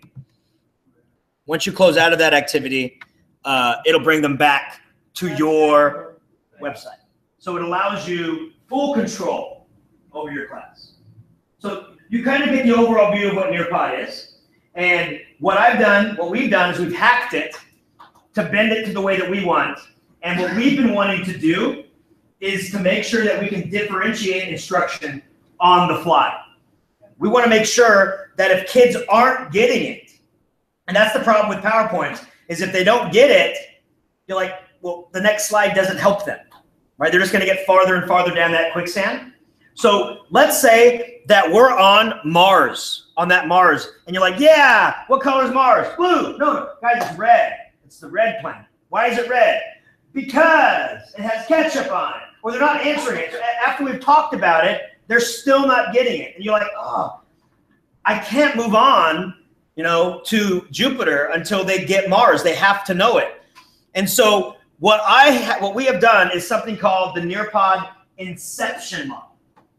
Okay? If anybody's seen the movie Inception, that's a dream within a dream. So what we can do in Nearpod is send them to a Nearpod within a Nearpod.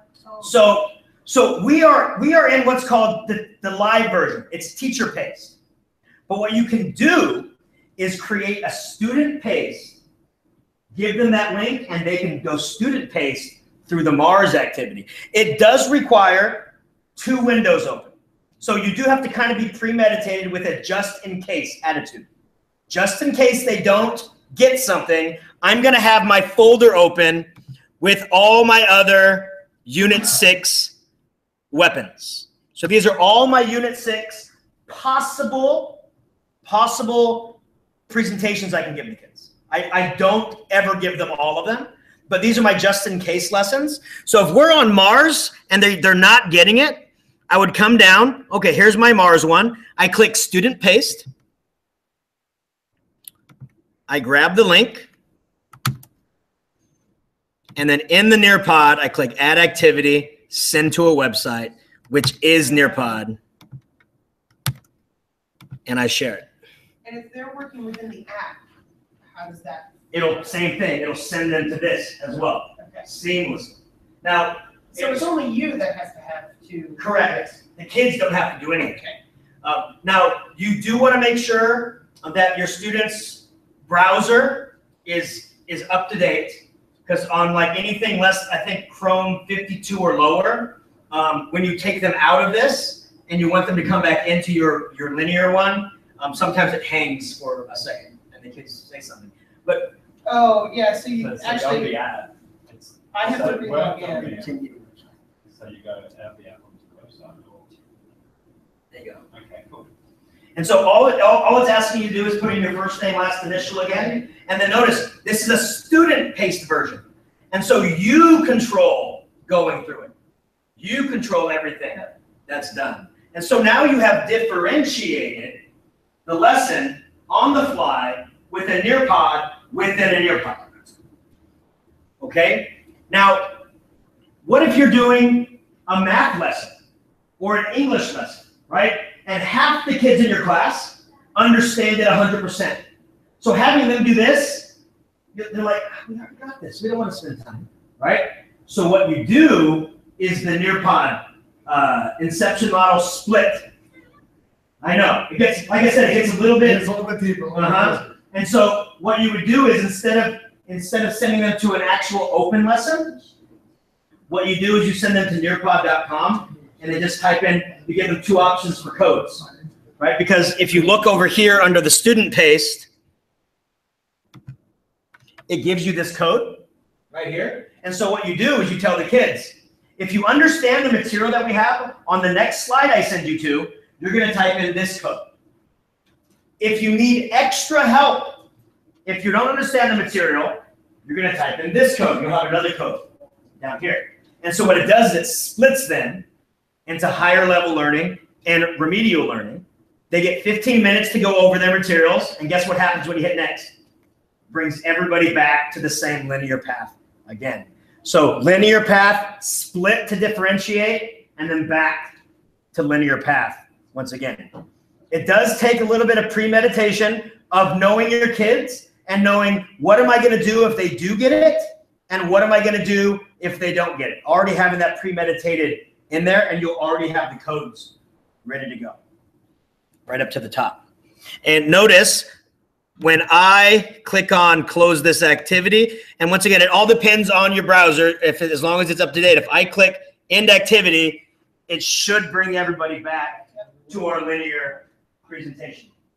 That's the inception model. That's really cool. And the only people that are teaching it are us, right? And so I'm trying to get Nearpod to say, look, this is a great differentiation tool. This is a great way to really separate yourself from the other presentation tools that are out there. I go, so what needs to happen is underneath add activity is an option for another Nearpod that automatically sends them to that student paste. I know they can do it, but well, there's really no need, but nobody's asking for it. They're going to. Okay? Anyone that's been in one of your workshops. So we're looking for the, like maybe even call it Inception, where you click on it, find the name of the thing, and it sends it over. So we're going to be working with them, trying to get them to understand that this is a great differentiation tool for our kids to utilize. It'd be great to do it in a way where they just got to put in the code and there's no need to sign in as their name again. It takes them right from the one they've logged into right into that other one.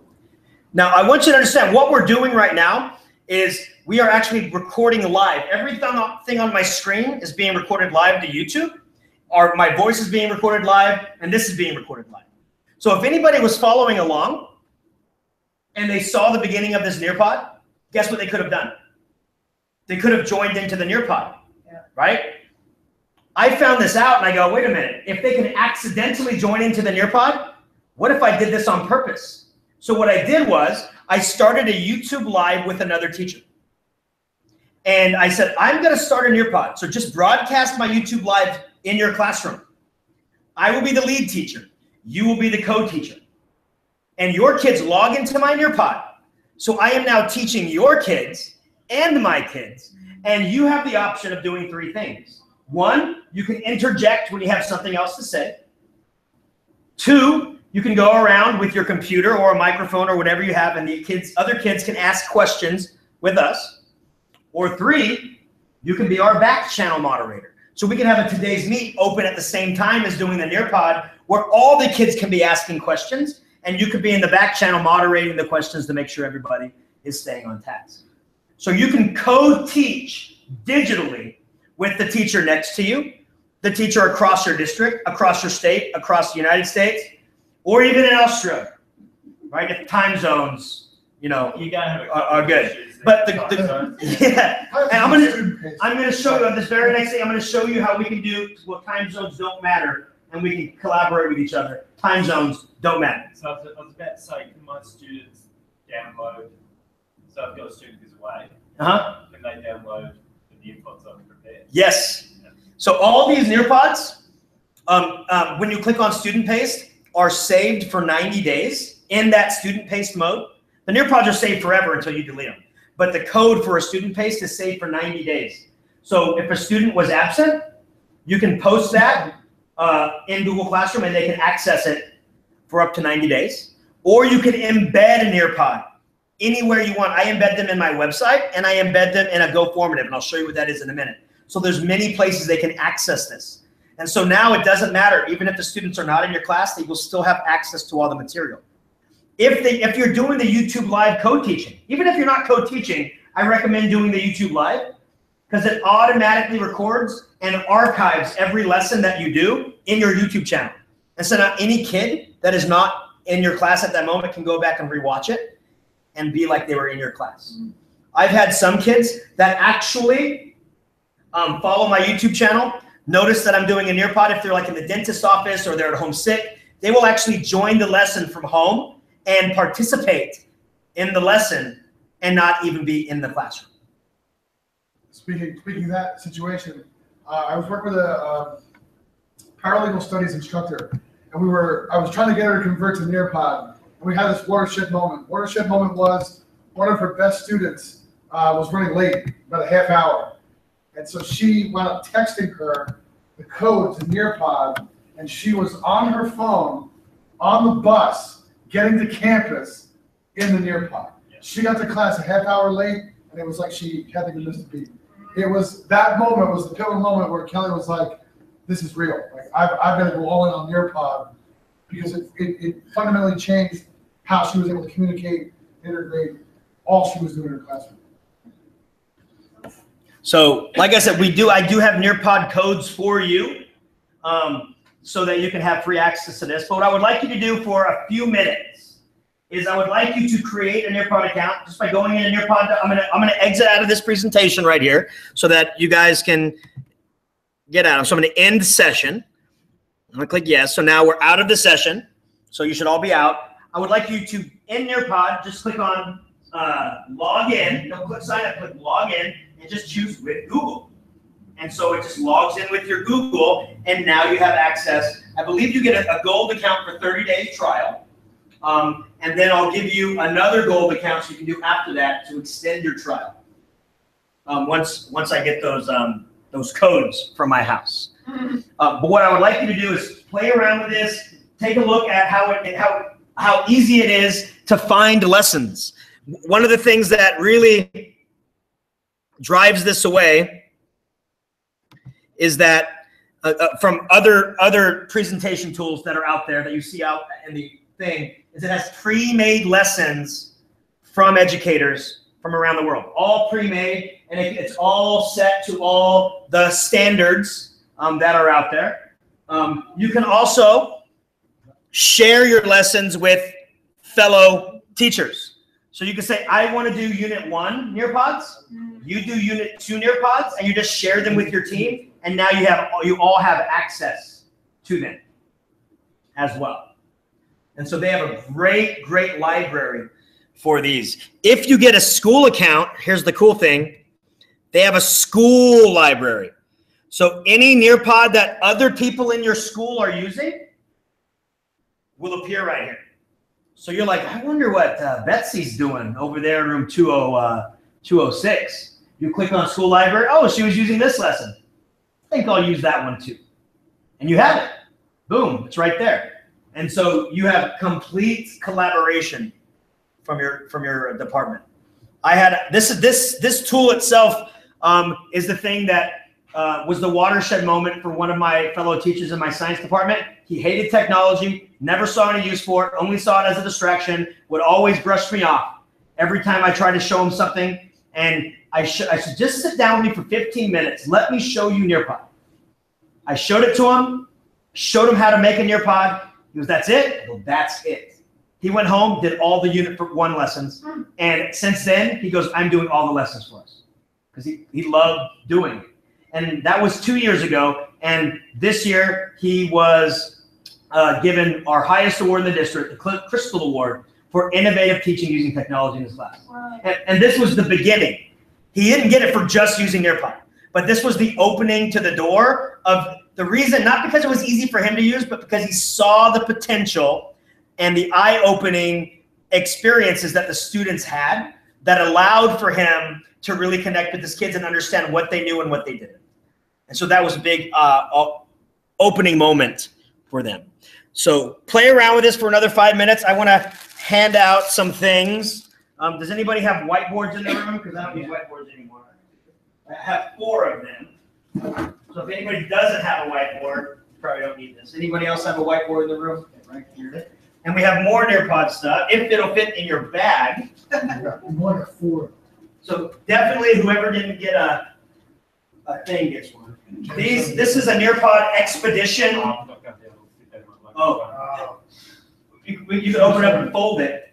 So this is a Nearpod Expedition map. Yeah. So all the different places your kids go to, you can put a pin in it on your wall, and that's where you travel. So that's what's in here. I don't have my own room. I can't hang it up. Yeah, I think it. Mm-hmm.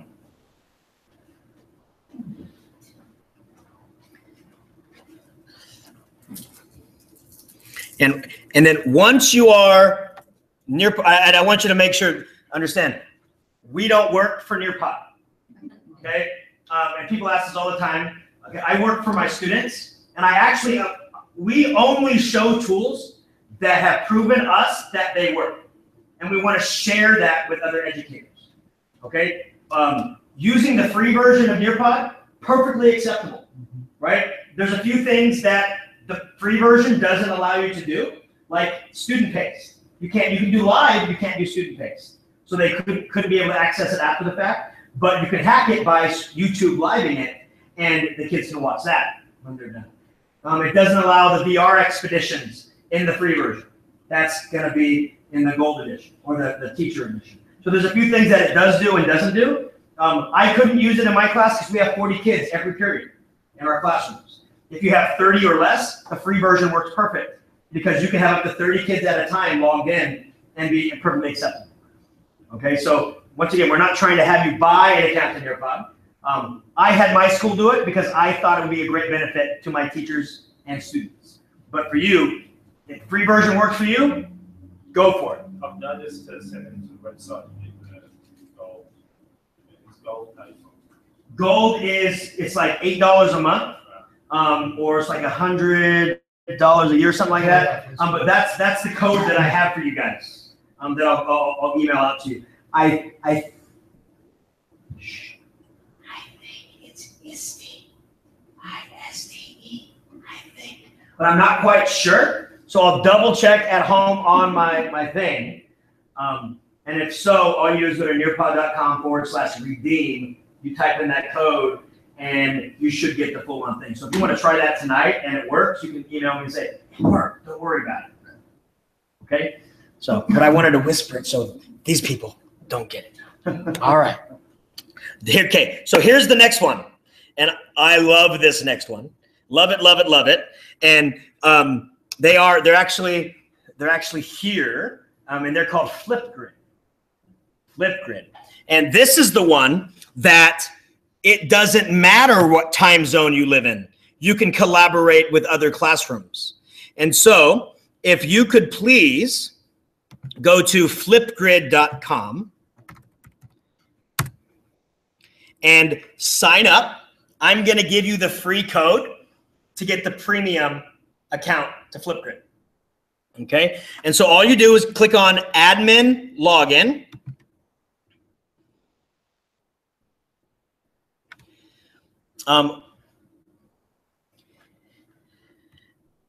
And actually this one doesn't, and then click on create account. And the account you want to create is called Flipgrid 1. Flipgrid 1. That is the free version. Flipgrid 1 is the free version.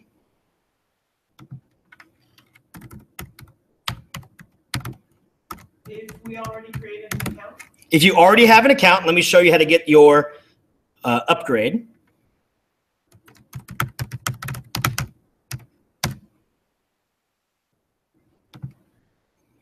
So if you've already created your account, you're going to click on account. You're going to go to your name at the top. You're going to click on account.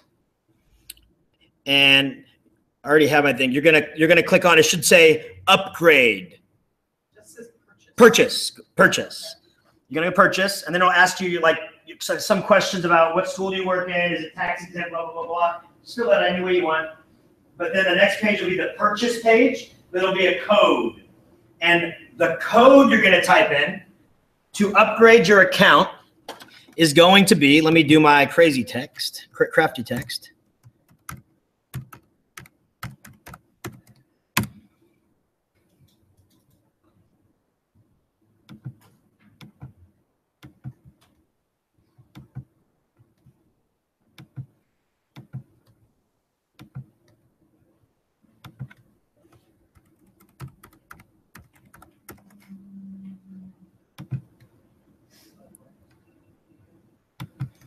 Why isn't that go? There it is. So that's the code you're going to type in. And then it should take that $65 price tag down to 0. And once you do it, you click done or purchase or whatever it says, and boom, you should have a full-on Flipgrid classroom account. Now, the only difference is a Flipgrid 1, you are limited to 1 grid. Think of a grid as a classroom. So if you only have 1 class, like you're an elementary teacher, Flipgrid 1, you're done. You don't need to upgrade. There's no point. There's some things I can show you that there'll be a point, but at this moment, not really. All right, so you went so fast that Sure, yeah. finally here. So what? Yeah. So Flipgrid 1, and you're gonna go instruction type teacher. Oh, nice. Teacher, whatever area you're in. And then, yeah, I don't know if everything is required, I'm not quite sure, but, and then you just click create my grid. Oh, what kind of school organization.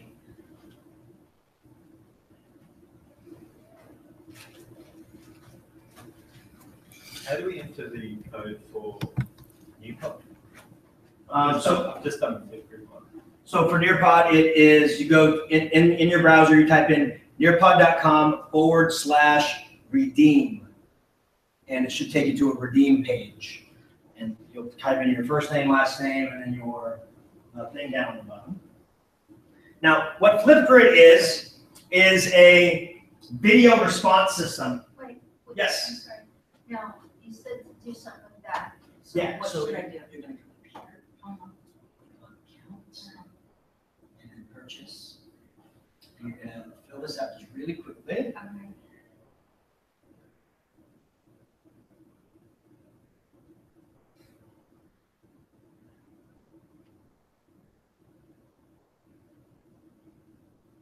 And then under code, you're going to type that in. Okay, it's all one word. And then it should turn that 65 into, and all capitals. All capitals. Okay. It'll turn that 65 into 0.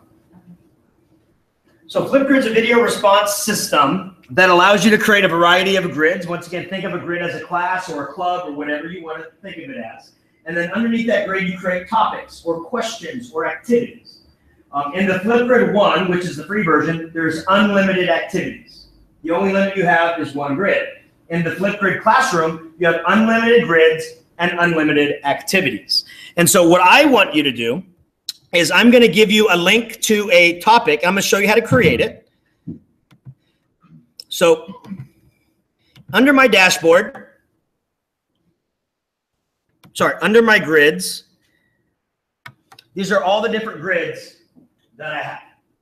Okay, so period 2, period 7, period 3, formative sessions, boot camp sessions. These are all the different things that I do. But down, I'm going to go ahead and create another grid called ISTE.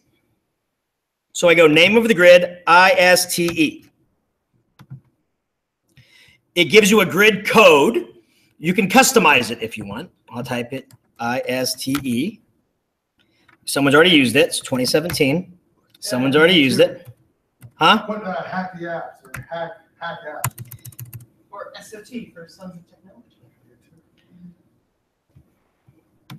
Oh, well, I'll just let them give me a new one. It doesn't matter. You can password protect the grid so that only your students can view it. Grid followers, meaning if they want to follow the grid, because they're trying to get it more like a social media aspect, right? So you can have the followers. This one, I recommend turning it on to start. Moderate responses means when they respond to a question, you decide when that video can be viewed by other students. Okay, so I would start that off until digital citizenship has been proclaimed in your classroom. Once that happens, you can go ahead and just keep it turned off. I'm going to leave it turned off right now because I believe you're going to be okay. I'm going to hit create grid. Vanity token has already been taken. What is it? Maybe this.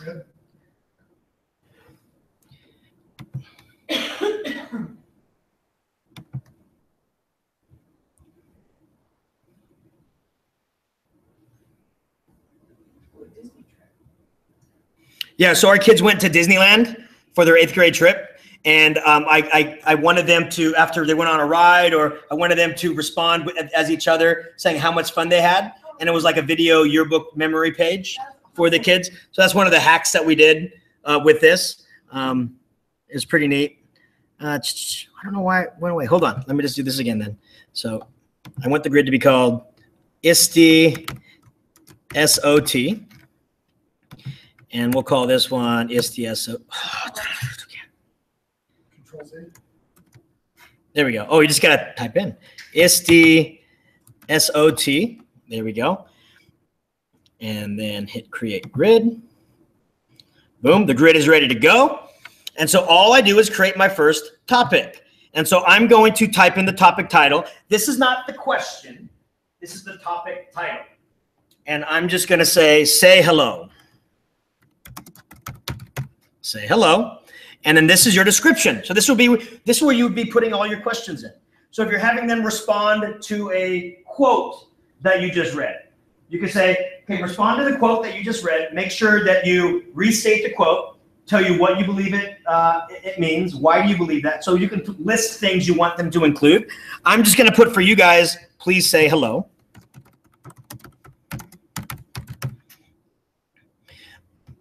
You can decide how long you want the video response to be. For kids, I never go over a minute. And so what it does is after a minute, it tells them, just, it's kind of like timing out on an old school answering machine. So I always click on a minute. I'm going to leave it as a minute and 30 seconds for you guys. Actually, I'll put it down to 30 because you're just going to say hello. You can put a recorded video in. So if you have kids that have a difficulty reading, right, you can put the instructions in as written words, but then also record a video explaining what you want. So those kids who are having a hard time, difficult reading, you can actually have that as a secondary option to be able to give them the thing. If you want to import a video, like watch this YouTube video and then give me your video response, you can do that as well, which is right here. Or you can import any video that you have on your computer if you want. This is where you hack it with your kids, and I'll show you in a minute, because you can have your kids screen record and then upload their screen recording, which can be viewed by all the kids. Now I'm going to hit, and then down here are some options. Active means the grid is active. Require email for response. That's only if you're grading this and you want the kids to receive your written comments. Then you'd want them to put in their email. I'm trying to get them to link up with Google Classroom so the kids wouldn't have to do that. reply to all responses. That means any kid can reply to any kid's response. Video likes, just like on YouTube, there's a like button. There is no dislike button. There's only like button. How many times a video has been viewed? Some kids will record a video and watch their video 20 times to say that my video has been viewed 20 times. And then freeze. The freeze means I don't want any more responses at the moment. So when you click freeze, the kids can still view the videos. They just can't respond or add new videos. So you can freeze the response. Now I'm going to hit create topic. And here we go. You can send the students to the grid where they can see the topic and select it, or you can send them directly to the topic right there. So I'm going to send you all to the topic. And so I am going to click topic actions, share the topic, and there's different ways you can share it. You can share as a URL. You can share as an embed. You can embed this into a website. You can embed this into anything else. You can do it as a QR code. Or you can send it to Google Classroom. Okay? So I'm going to do this as a URL. So I'm going to click copy. And I'll do my little...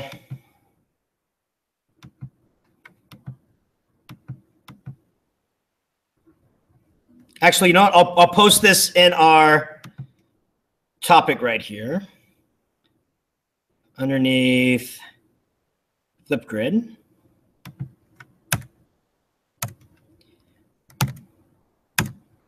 There you go. So if you go into our running folder and you click on this, you should be able to access the grid or the topic for the grid.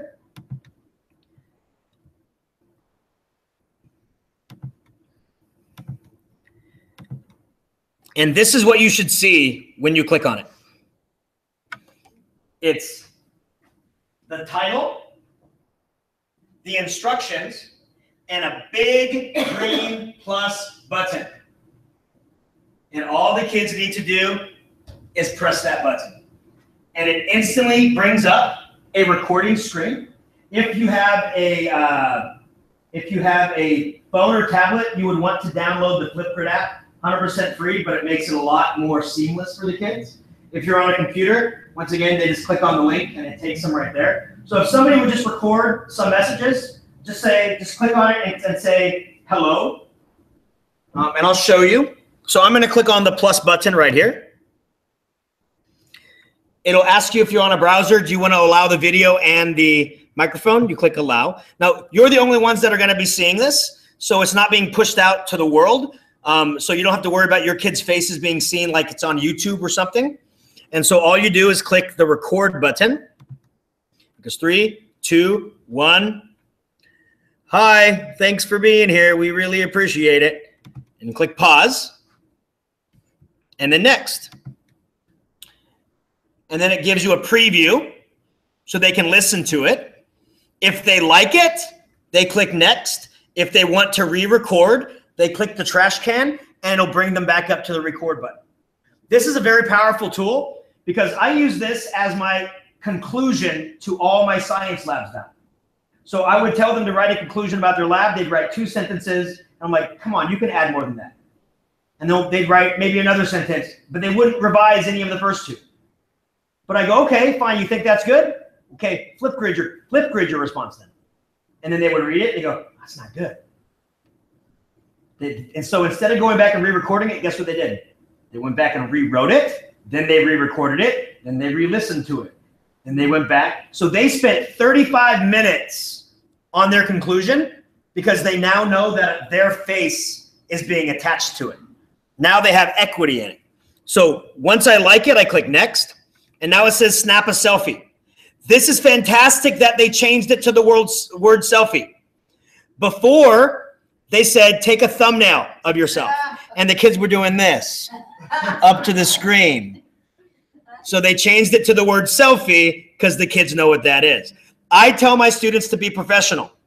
So if I see my kids doing this, something like that, they don't get credit for the assignment. That means they have to go back and re-record it. So they have to be professional. So they come in and smile. Done. Click next. Uploads the video, and all it asks for is first name, last name. I just tell them to put the last initial, and they can put their email option as optional if I'm going to be grading this. And then I click submit my video. Boom. Instantly puts it right there. I call this the Brady Bunch screen. Because as you all record something, your face will go here and here and here. But the power of this comes when you tell students, not only are you going to record a message, but you need to respond to 3. So then they click on a response, watch it. If they like it, they can click like, and they can respond to the response. So I heard in another session during this conference that you can't do video responses anymore, that they've removed that functionality. From where? I don't know. Maybe it was just from Flipgrid 1. I don't know. No. They said they removed it if you weren't grandfathered in. Maybe it is from Flipgrid 1. Maybe Okay. Since we all upgraded, I guess we can't check that out. Okay. I'll have to ask them tonight. But yeah, this with the video responses, that's where the power of this comes in. Right. So let me tell you how we hack this by making time zones not matter anymore. So with our world language teachers at the high school, we have them, so if they're a Spanish teacher, we have them connect with a school in Spain who's learning English. And so our kids try and talk to them in Spanish, and their kids respond to them in English. That's amazing. And since time zone doesn't matter, the kids respond, talk during their time, send the grid to the teacher and the other one, they give it to the kids, and they respond. The next day they wake up, boom, the response is there. Constant feedback back and forth. We've also done this in our 7th grade, 8th grade classes, debating North versus South in the Civil War.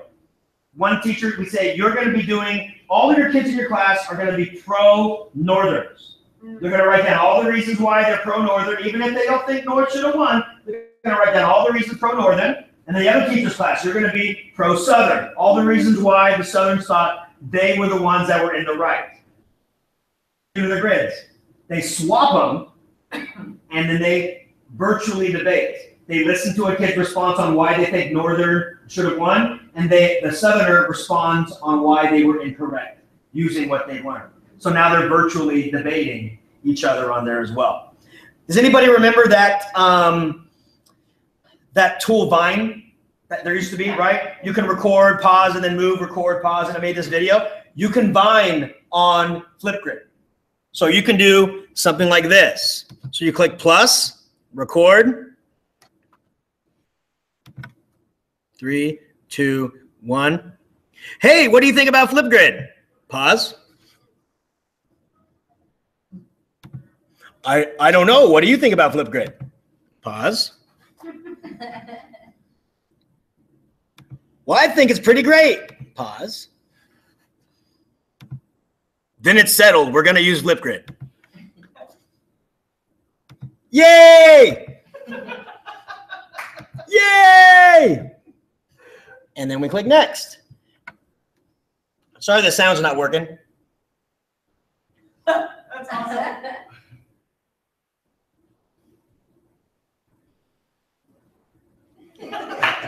So we did this, and we're like, wait a minute. That's cool. We can do modeling. So I went out to the dollar store and bought modeling clay, and we did claymation videos on the solar system. And so I want to show you some examples of what we did with claymation.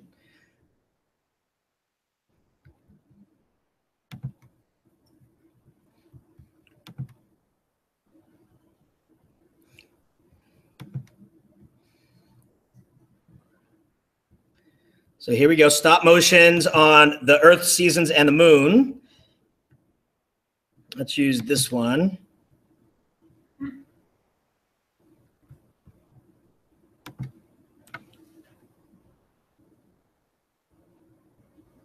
Oh, that's so fun.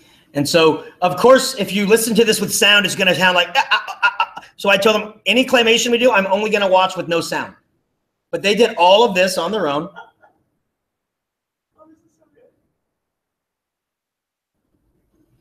Right? And, you know, they've never done this before, so some of them messed up and some you can't rewind, right? So I say mistakes are okay. Just keep moving forward. Don't worry about it. And they came out pretty good, right? right? Because of that pause feature, it makes all of this possible. And so we use this in math now with whiteboards. And so the kid comes up with the whiteboard and says, this is my problem. I'm going to show you how to solve it. Step 1. And they do this problem. Step 1, this is what I've done. Step 2, and they write it. And so the kids are modeling the problems on a whiteboard in front of the Flipgrid, which will then be placed in the Brady Bunch screen, which the other kids can watch to learn and be helpful with. And then the other kids can respond right there as well. I've talked to the AP students at my high school, and I've said to the teachers, I go, hey, can we create a Flipgrid called Ask an AP Student? And that'll be our grid. And we'll have a grid on science. We'll have a grid on English. We'll have a grid on history. So if any of my 8th grade or 7th grade students have a question, they can ask an AP student, and the AP students can respond to those students' questions. Anytime, anywhere tutoring from the peers at the high school. And so they all agreed to it. So we're going to be doing that peer tutoring right through it. Now that's in the classroom. I wrote a blog for Flipgrid called Hacking the Grid. I even did a webinar for them, which is, I gave you a link to it in the thing, and it was Flipgrid in the classroom, in your school as a whole, and then also in your own personal life. So in the school as a whole, instead of having kids go around doing interviews with kids, like man on the street type things, we sent out grid questions and topics to teachers. They threw it in Google Classroom and kids answered them. So they got 500 responses in the matter of one day. And they could choose from that to make the little man on the street segment for the school video production that we do. We also have started doing it for our subs. So we have our subs record grids, and they say, my name is so-and-so. I sub this, my main subject are this and this. I would love to sub for you, blah, blah, blah, blah, blah. And then teachers can respond saying, yeah, I had him sub for me in the class. He's great. Yeah, I had, you wouldn't respond negatively, but if somebody doesn't have any responses to them, you might not want to choose them. But it now has a face to the name because we have a lot of recurring subs. And we're like, who's that person? I don't know their name. But now you can see their name up on the grid. I tried to have our front desk use this for people that are visiting the school. So when they come up, they check in and they do a quick little grid. Hi, my name is blah, blah, blah, and I'm just here on the campus, blah, blah, blah. And they said, oh, that's too personal. You can't be asking them to do it. Like, well, they're on a public campus for safety and kids.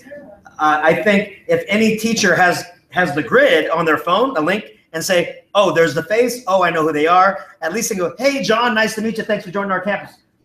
But they didn't see it that way. They saw it as really intrusive. So they put the kibosh on that idea. And finally, grids not in the classroom. So, and I'm only showing a couple of these. This is for my daughter. It was her first birthday 2 weeks ago. And there was a lot of family out of state that couldn't show up. And so we sent the grid to them. And I had them record her birthday wishes to say thank you and that. And we also had the people at the party do the recording. So she had this giant grid of people saying, you know, you're going to have a great life. You have so much possibility, all these things, great messages to my daughter. And Charlie, the co-founder of Flipgrid, got a hold of it. And he actually left her a message as well. So this is Charlie Miller. He's a great guy. He found the grid and left her a message talking about how anything is possible and the world's your oyster and all these things. Great message to her. And I'm like, look, he took the time out of he's at his house, so he didn't have to take time out of anything, right? And so Flipgrid is like, you know what? We can get celebrities to do things like this. So they're working on Earth Day to get Leonardo DiCaprio and a couple other actors to do posts, and kids can reply, and then they're going to reply back to the kids. And so if you want to see what all these worldly things that are happening right now, you're like, I just want to get in on some world stuff and have my kids reply. You go to Flipgrid Connections. And these are all grids that teachers have posted that they want responses from kids. And so they're all right here. Thank a teacher. Kids are on there posting thank you to their teacher. They're moderated, right? Because you don't want a kid to say, yeah, thank you, teacher. So they're moderated. Spark an idea. This Raptors is they went to national parks and they got park rangers talk about birds of prey and showed the kids the birds of prey and talked about them. The kids can reply with questions, and the park ranger would answer those questions about that birds of prey. So many different things you can do with Flipgrid. That's why I like it so much, because it's so malleable in the way that you can use it. And the cool thing is, when I showed the Flipgrid guys the stop motion, they're like, you can do that? Apparently you can, right? So we're turning their apps on its head, and we're making them useful for us in the way that we want them to be useful, not the way they were first intended. And now there's a huge update happening on August 10th. It's a huge rollout. Some awesome things are coming out. I can't say anything, but there are some awesome things coming down the pipeline that you're going to be very, very happy and interested in. And since you have the premium version, you'll be able to see all those things and see what is about to happen.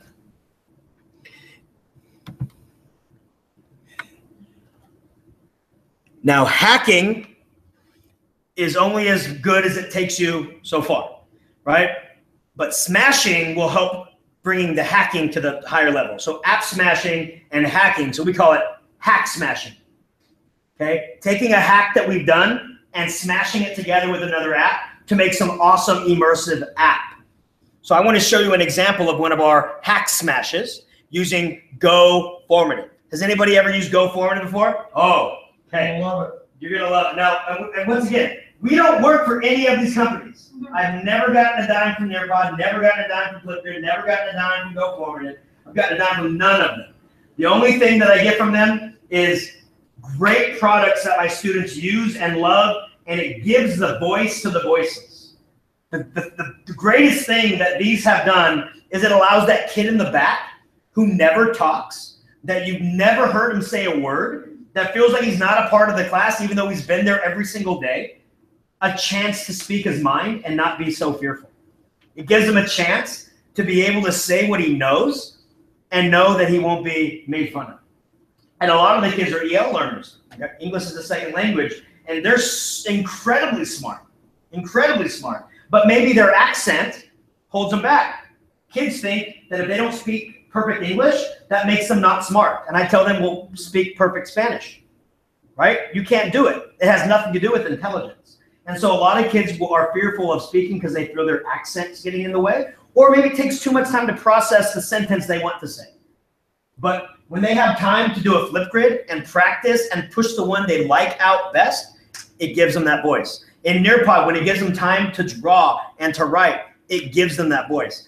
And Formative brings all these together and allows you to make a gigantic lesson with everything attached. I like to say that all these tools are like paints, and you're the painter, and you can put them together in any way that you want. And Go Formative is the canvas. You place the paints wherever you want to make this masterpiece that you can do. So I want to show you what this is. If you just go to goformative.com, it's free, and we also have the premium edition for you for free as well. Yes. So if you go to Go Formative, the code is going to be Sons of Tech. You can go to community. Well, I have the link right here. Okay. Where they click on. If you click on Sons of Tech right here, okay, it'll take you right to where you put in the code, and you get the free premium teacher edition that they just rolled out with on Monday. And you get access to PD resources, which is an exclusive with the code.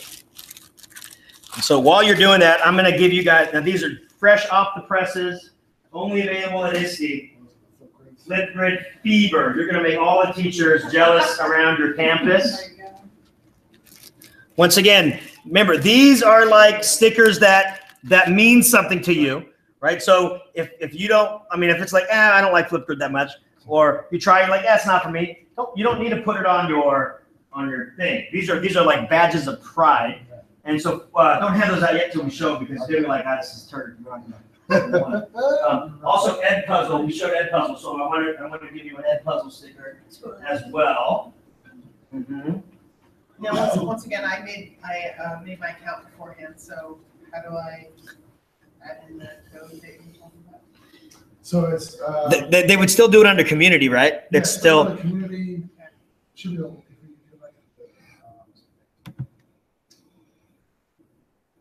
you have the hacking the apps. Oh. And then click the Sons of Tech. It should take you to Excellent. Thank you. there you go. and then you put in, maybe not to put in the code, Joe, we may have done it already. Yeah, so now submit your promo code. Your promo code is going to be Sons of Tech. Okay.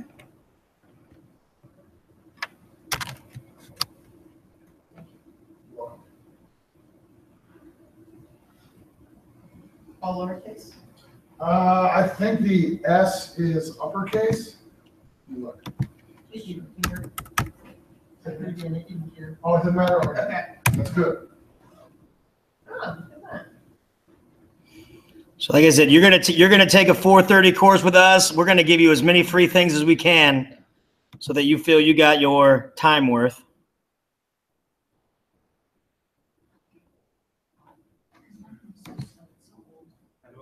No. So I'm just following the directions now. You can create a folder account, but free PDF proofs that can be Like, upgrade. Yeah, that's It fine. actually doesn't say, does it?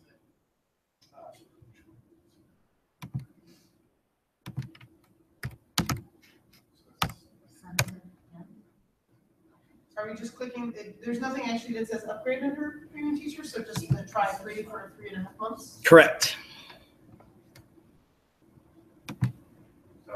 Oh, it wants a credit card number. Don't do that.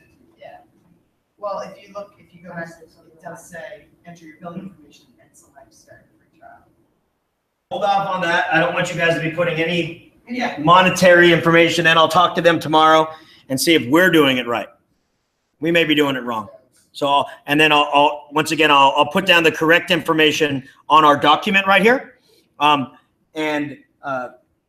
If you don't get, when I go home, I'll also put the Nearpod code. If it is ISTE, I'll still put it there. Right. If it's not ISTE, I'll put it there. Oh, dang it. Shh. I said it too loud on there. I don't know what you're talking about.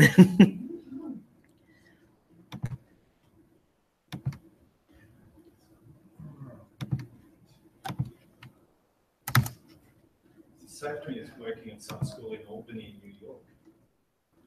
Who is? Apparently I am. Oh. We'll make sure we put it in Google Docs so that you'll have it. Oh, because And you'll get the PDF resources. got a as well. So for matching now, you name have a to form your. account. Exactly. Okay. It's that type of That's law school. funny. And apparently, There's a school by the same name in Albany. Yep. so it's going to come as a surprise to them. That was the quickest move.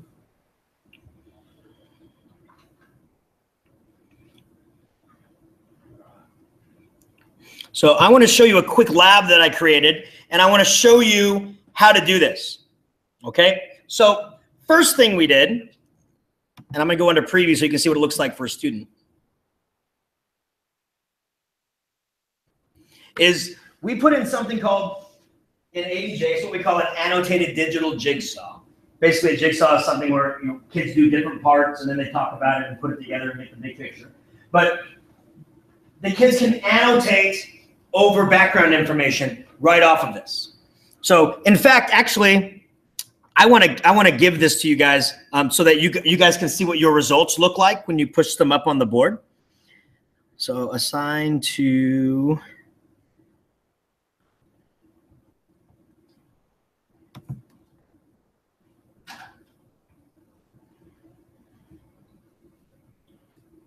So if you are in goformative.com, click on join code and type this in, DZJZ, oh, JD.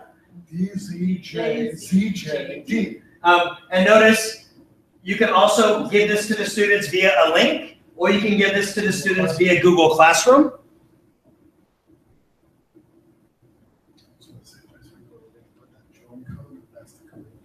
So the Yep. go formative. So the very first thing it asks is, it is the annotated jigsaw. So if you click on show your work, it should open it up to where you can annotate right on top of that document. So you just draw on it, circle, just make some marks on it, please. They don't have to be actual marks of any in particular value. But look what happens when I click on view responses.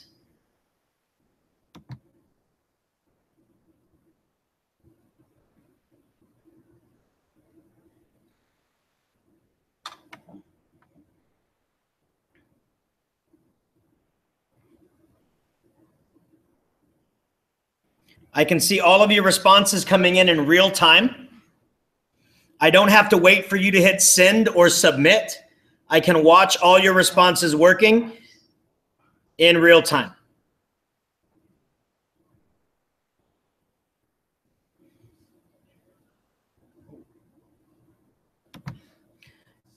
And if you scroll down to the next one, we have our instructions about the investigative thing. And I put in a YouTube video right here so the kids can get a little bit more background information on waves. I've put in a Nearpod. Right now, this was about 3 months ago. So my student code ended. So I have to re-embed my Nearpod in there again. But that's a Nearpod. I'll show you how to do that. This is a FET. Has anybody used FET before? FET Colorado has simulations. You can embed the FET right into your Go Formative and have the kids manipulate everything right on the screen to answer the questions below. The questions can be free response. The questions can be multiple choice. They also now have a new response called rearrange, where you can have them rearrange the words in the correct shuffling order. They now have a voice response, kind of like Flipgrid, but just the voice. If you'd rather have just the voice response, that's added in there as well. But here's the awesome thing. You can embed a Flipgrid at the end. So they don't have to go to flipgrid.com. They can do the Flipgrid right off of the formative. And it's super easy to do this. I'm going to show you a blank formative so that you can see how easy it is. And I call these artifacts because, you know, when you think of looking at cultures and trying to understand cultures, you have to look at their artifacts. So to understand the objective of the lab, they need to be looking at these artifacts to get the whole picture. So my team has called them embedding artifacts. So all you do is click on new formative and boom, you're in. You name it. I'm going to call this ISTE, I-S-T-E, and I click plus. If you want to put in some instructions, you click on text swap. If you want to do a show your work, you bring in a show your work. And in show your work, you can embed any image you want. If you have text you want them to annotate on, that's where you put it. You make sure that you saved it as the PDF as an image. You post it in as the background, and they can show their work right on the background. But once again, the power comes in when you have that embed feature. So let's say that I want to embed this Nearpod. I click on Student Paste, Embed. I don't need to know what all that code means. All I do is click Control-C, copy that code. I go back to Go Formative. I click Embed, Control-V, and there it is. There's the Nearpod, student paste mode, and here's the amazing thing with it.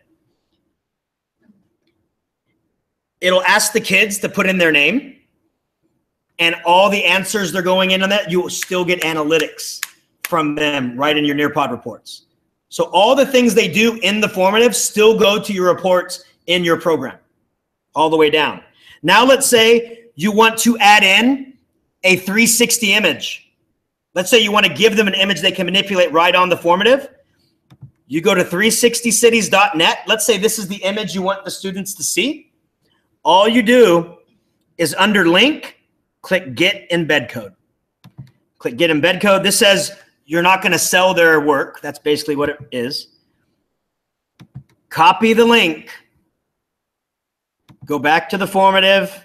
Click Embed.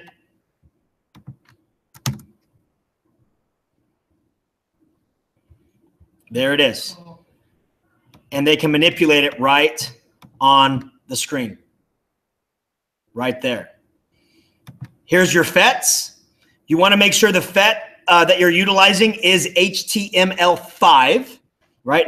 You don't want Java or Flash. And if you do see one that is only Java or Flash, they're redoing all of them to HTML5, so it just takes some time. So let's say I want to do this atomic interaction. So I click on it. I click the embed option, and it asks, which kind of embed do you want? You want to embed a running copy. You want it to be able to run right on that website. So just Control-C. Embed. Boom. A running copy of the simulation right on the document. What if you wanted to put a Edpuzzle in it? Same thing. You click grab embed code, embed, bring it in.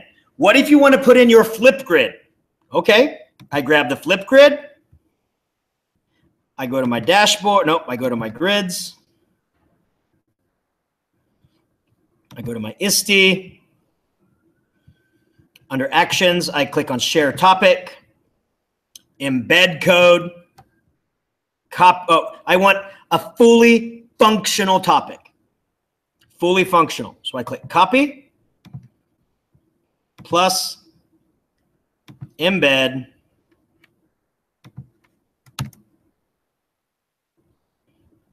boom, right there. They can work right off the GoFormative. So like I said, all of these tools are paints. And I always say that because in a different teacher's hand, they're going to do different things. App smashing is like putting the paints together. You want orange? Fine. Get blue, get yellow. That's green. But you want to smash them together, make something new? That's smashing. But where do you have to put that smash together? On a canvas. GoFormative is your canvas. You can even transform any already previously made documents in Google Docs, in Word, in PDF. And all you have to do is click on Upload and Transform. Enhance a PDF or doc. It'll turn it into a GoFormative, and you put little buttons on where you want them to answer questions, and they do the exact same stuff as they do on here. So you don't have to start from scratch. You can utilize already pre-made things. So you can think of this, at first, when they first came out, they wanted you to think of this as a digital worksheet creator, but now it's so much more than that. But you can still utilize it as a digital worksheet creator. Well, with that embed code, I mean, you can put almost anything. You can put a calendar. You can put, like that's. You can go online and get. And does everybody know what Desmos is? Desmos is a company for math, and so they're bringing in a graphing calculator option. And so the cool thing about it is this.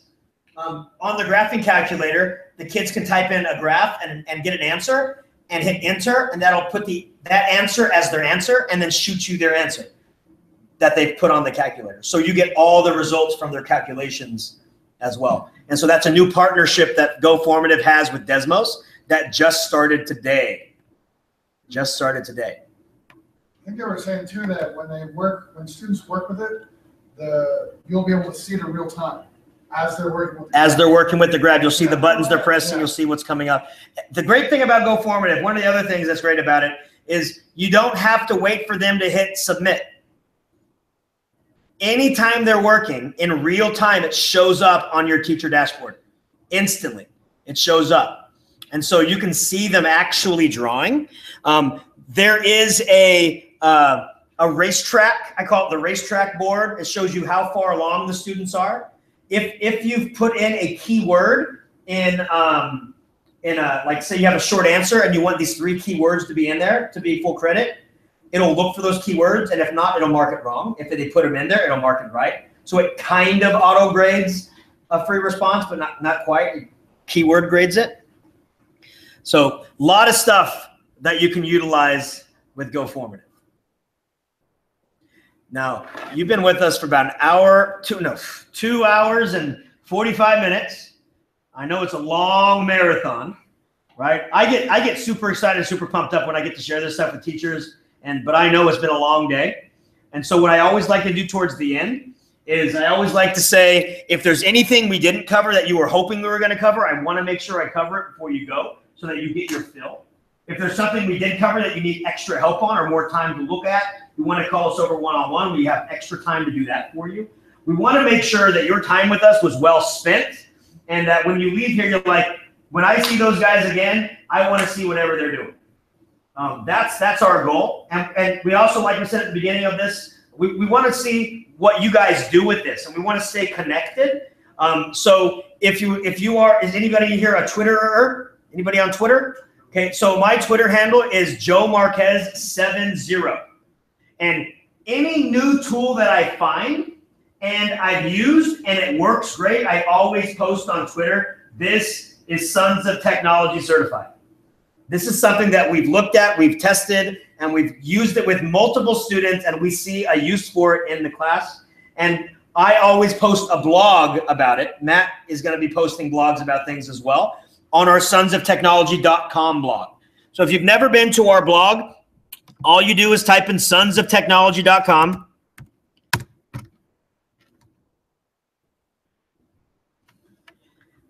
These are all the workshops that we do.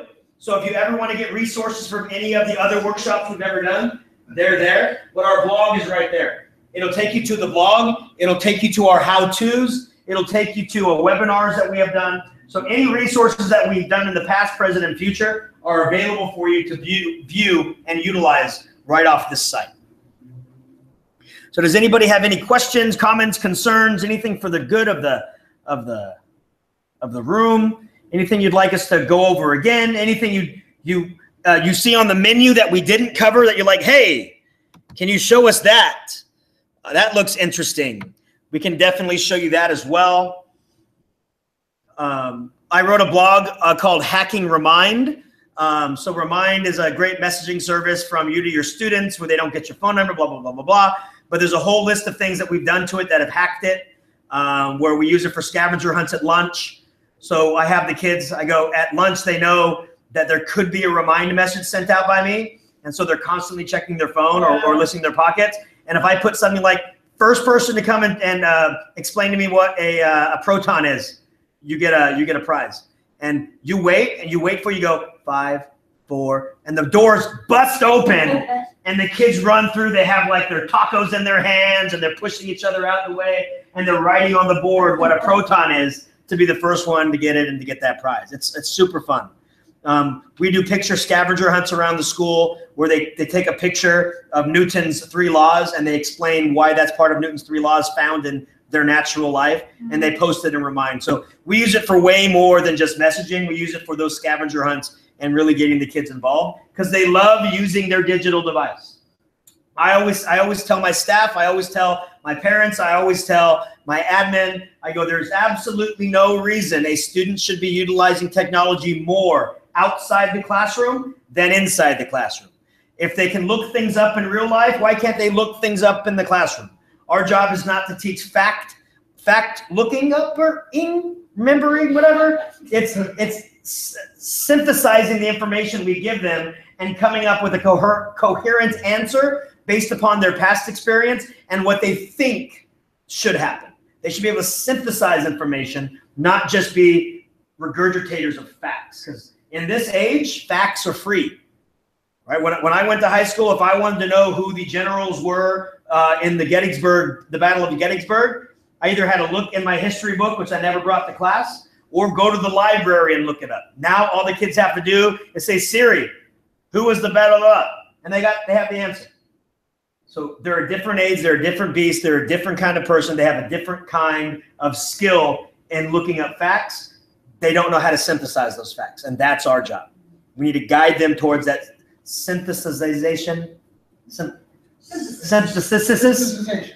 of that. So that's where this brave new world of having as many tools in your toolbox available to be able to complete any task. And I always remind teachers, especially I've been posting this all the way leading up to ISTE. All of your lessons and all of your guides should always be student-centered, not technology-centered. Everything that you do should be guided towards how am I going to get students involved in this task? And then you can look towards tech tools and see which works best. And I always explain that as you never go to Lowe's or Home Depot or whatever hardware store you have around you and grab a hammer and say, what can I hit today? Right? Sometimes. So the way that I show these tools is you may use these once, you may use these every day. You may use one very often, one not very often. Whatever works best for your kids, that's what's going to work best for you. So I just wanted to share all of these with you because these tools and these hacks and the ways that I have with the way that we bent them to make them work for our kids, we found to be very beneficial, and that's where the creation of this workshop came to be. So, you know, never look down that linear path of these are the instructions and this is how you should use our product. Smash it up, piece it together the way you want, not the way the companies think. So right there, it is 7:20 right now.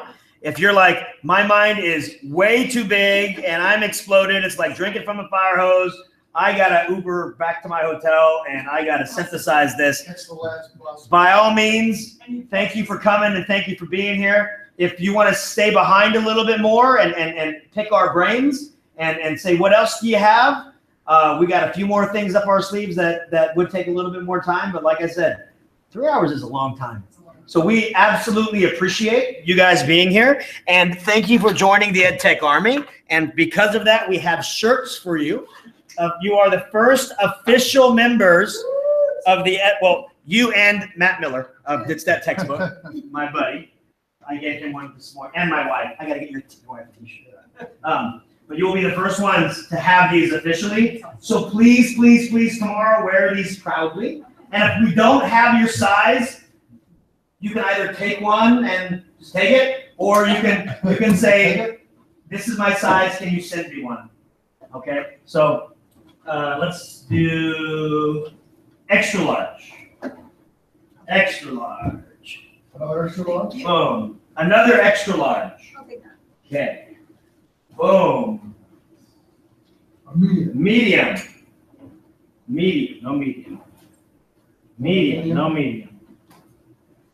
Large. Large Australian. Large Australian. Small. Small. Oh, definitely not. I wish. Oh, why didn't I bring so many? I didn't bring enough larges.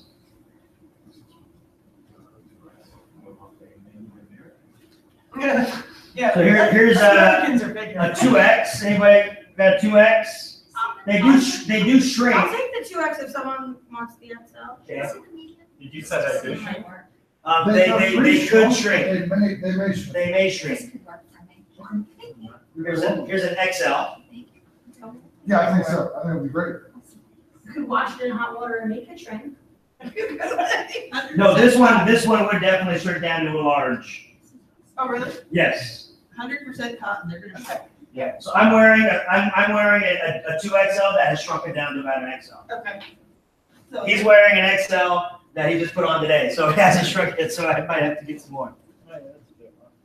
Good? All right, so please wear them. Oh, yeah, wear them now. If you guys go out to dinner, you guys go out to parties. Oh, yeah, no, that would be, yeah, after Good, one that's washing, like that would be karaoke. pretty good. Okay.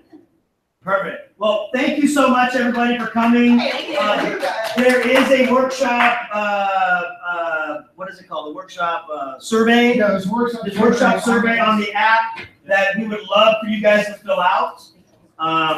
If you are on Twitter and you're on the hashtag ISTE17, and make everybody jealous, right? Because I will tell you that every single person we passed today has taken a picture. Can we take a picture? Yeah, all they do is take a picture of the shirt. They don't take a picture. Or I'll take a picture of his belt buckle. Yeah, that was awesome. That's Which is awfully humorous.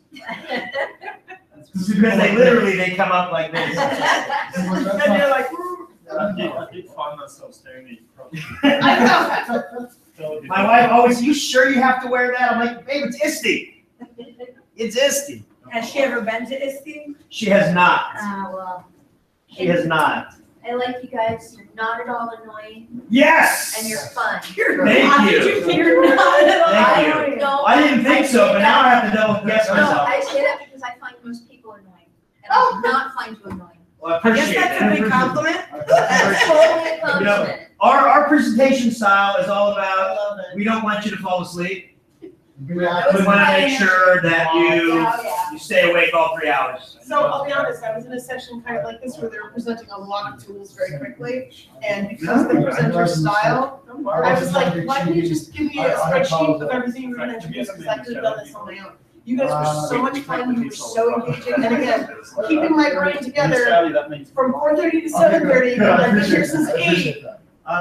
Appreciate that. Thank you so much. It was really good. Thank you. And I teach 8th grade also. Yes. They are a special breed, aren't they? Well, I teach 8th grade all girls. Oh. It's an extra special. So in our classrooms, all of our classrooms have got the projectors, we airplay, we've got the rollable walls. The projectors now just go straight onto the wall, etc. But I once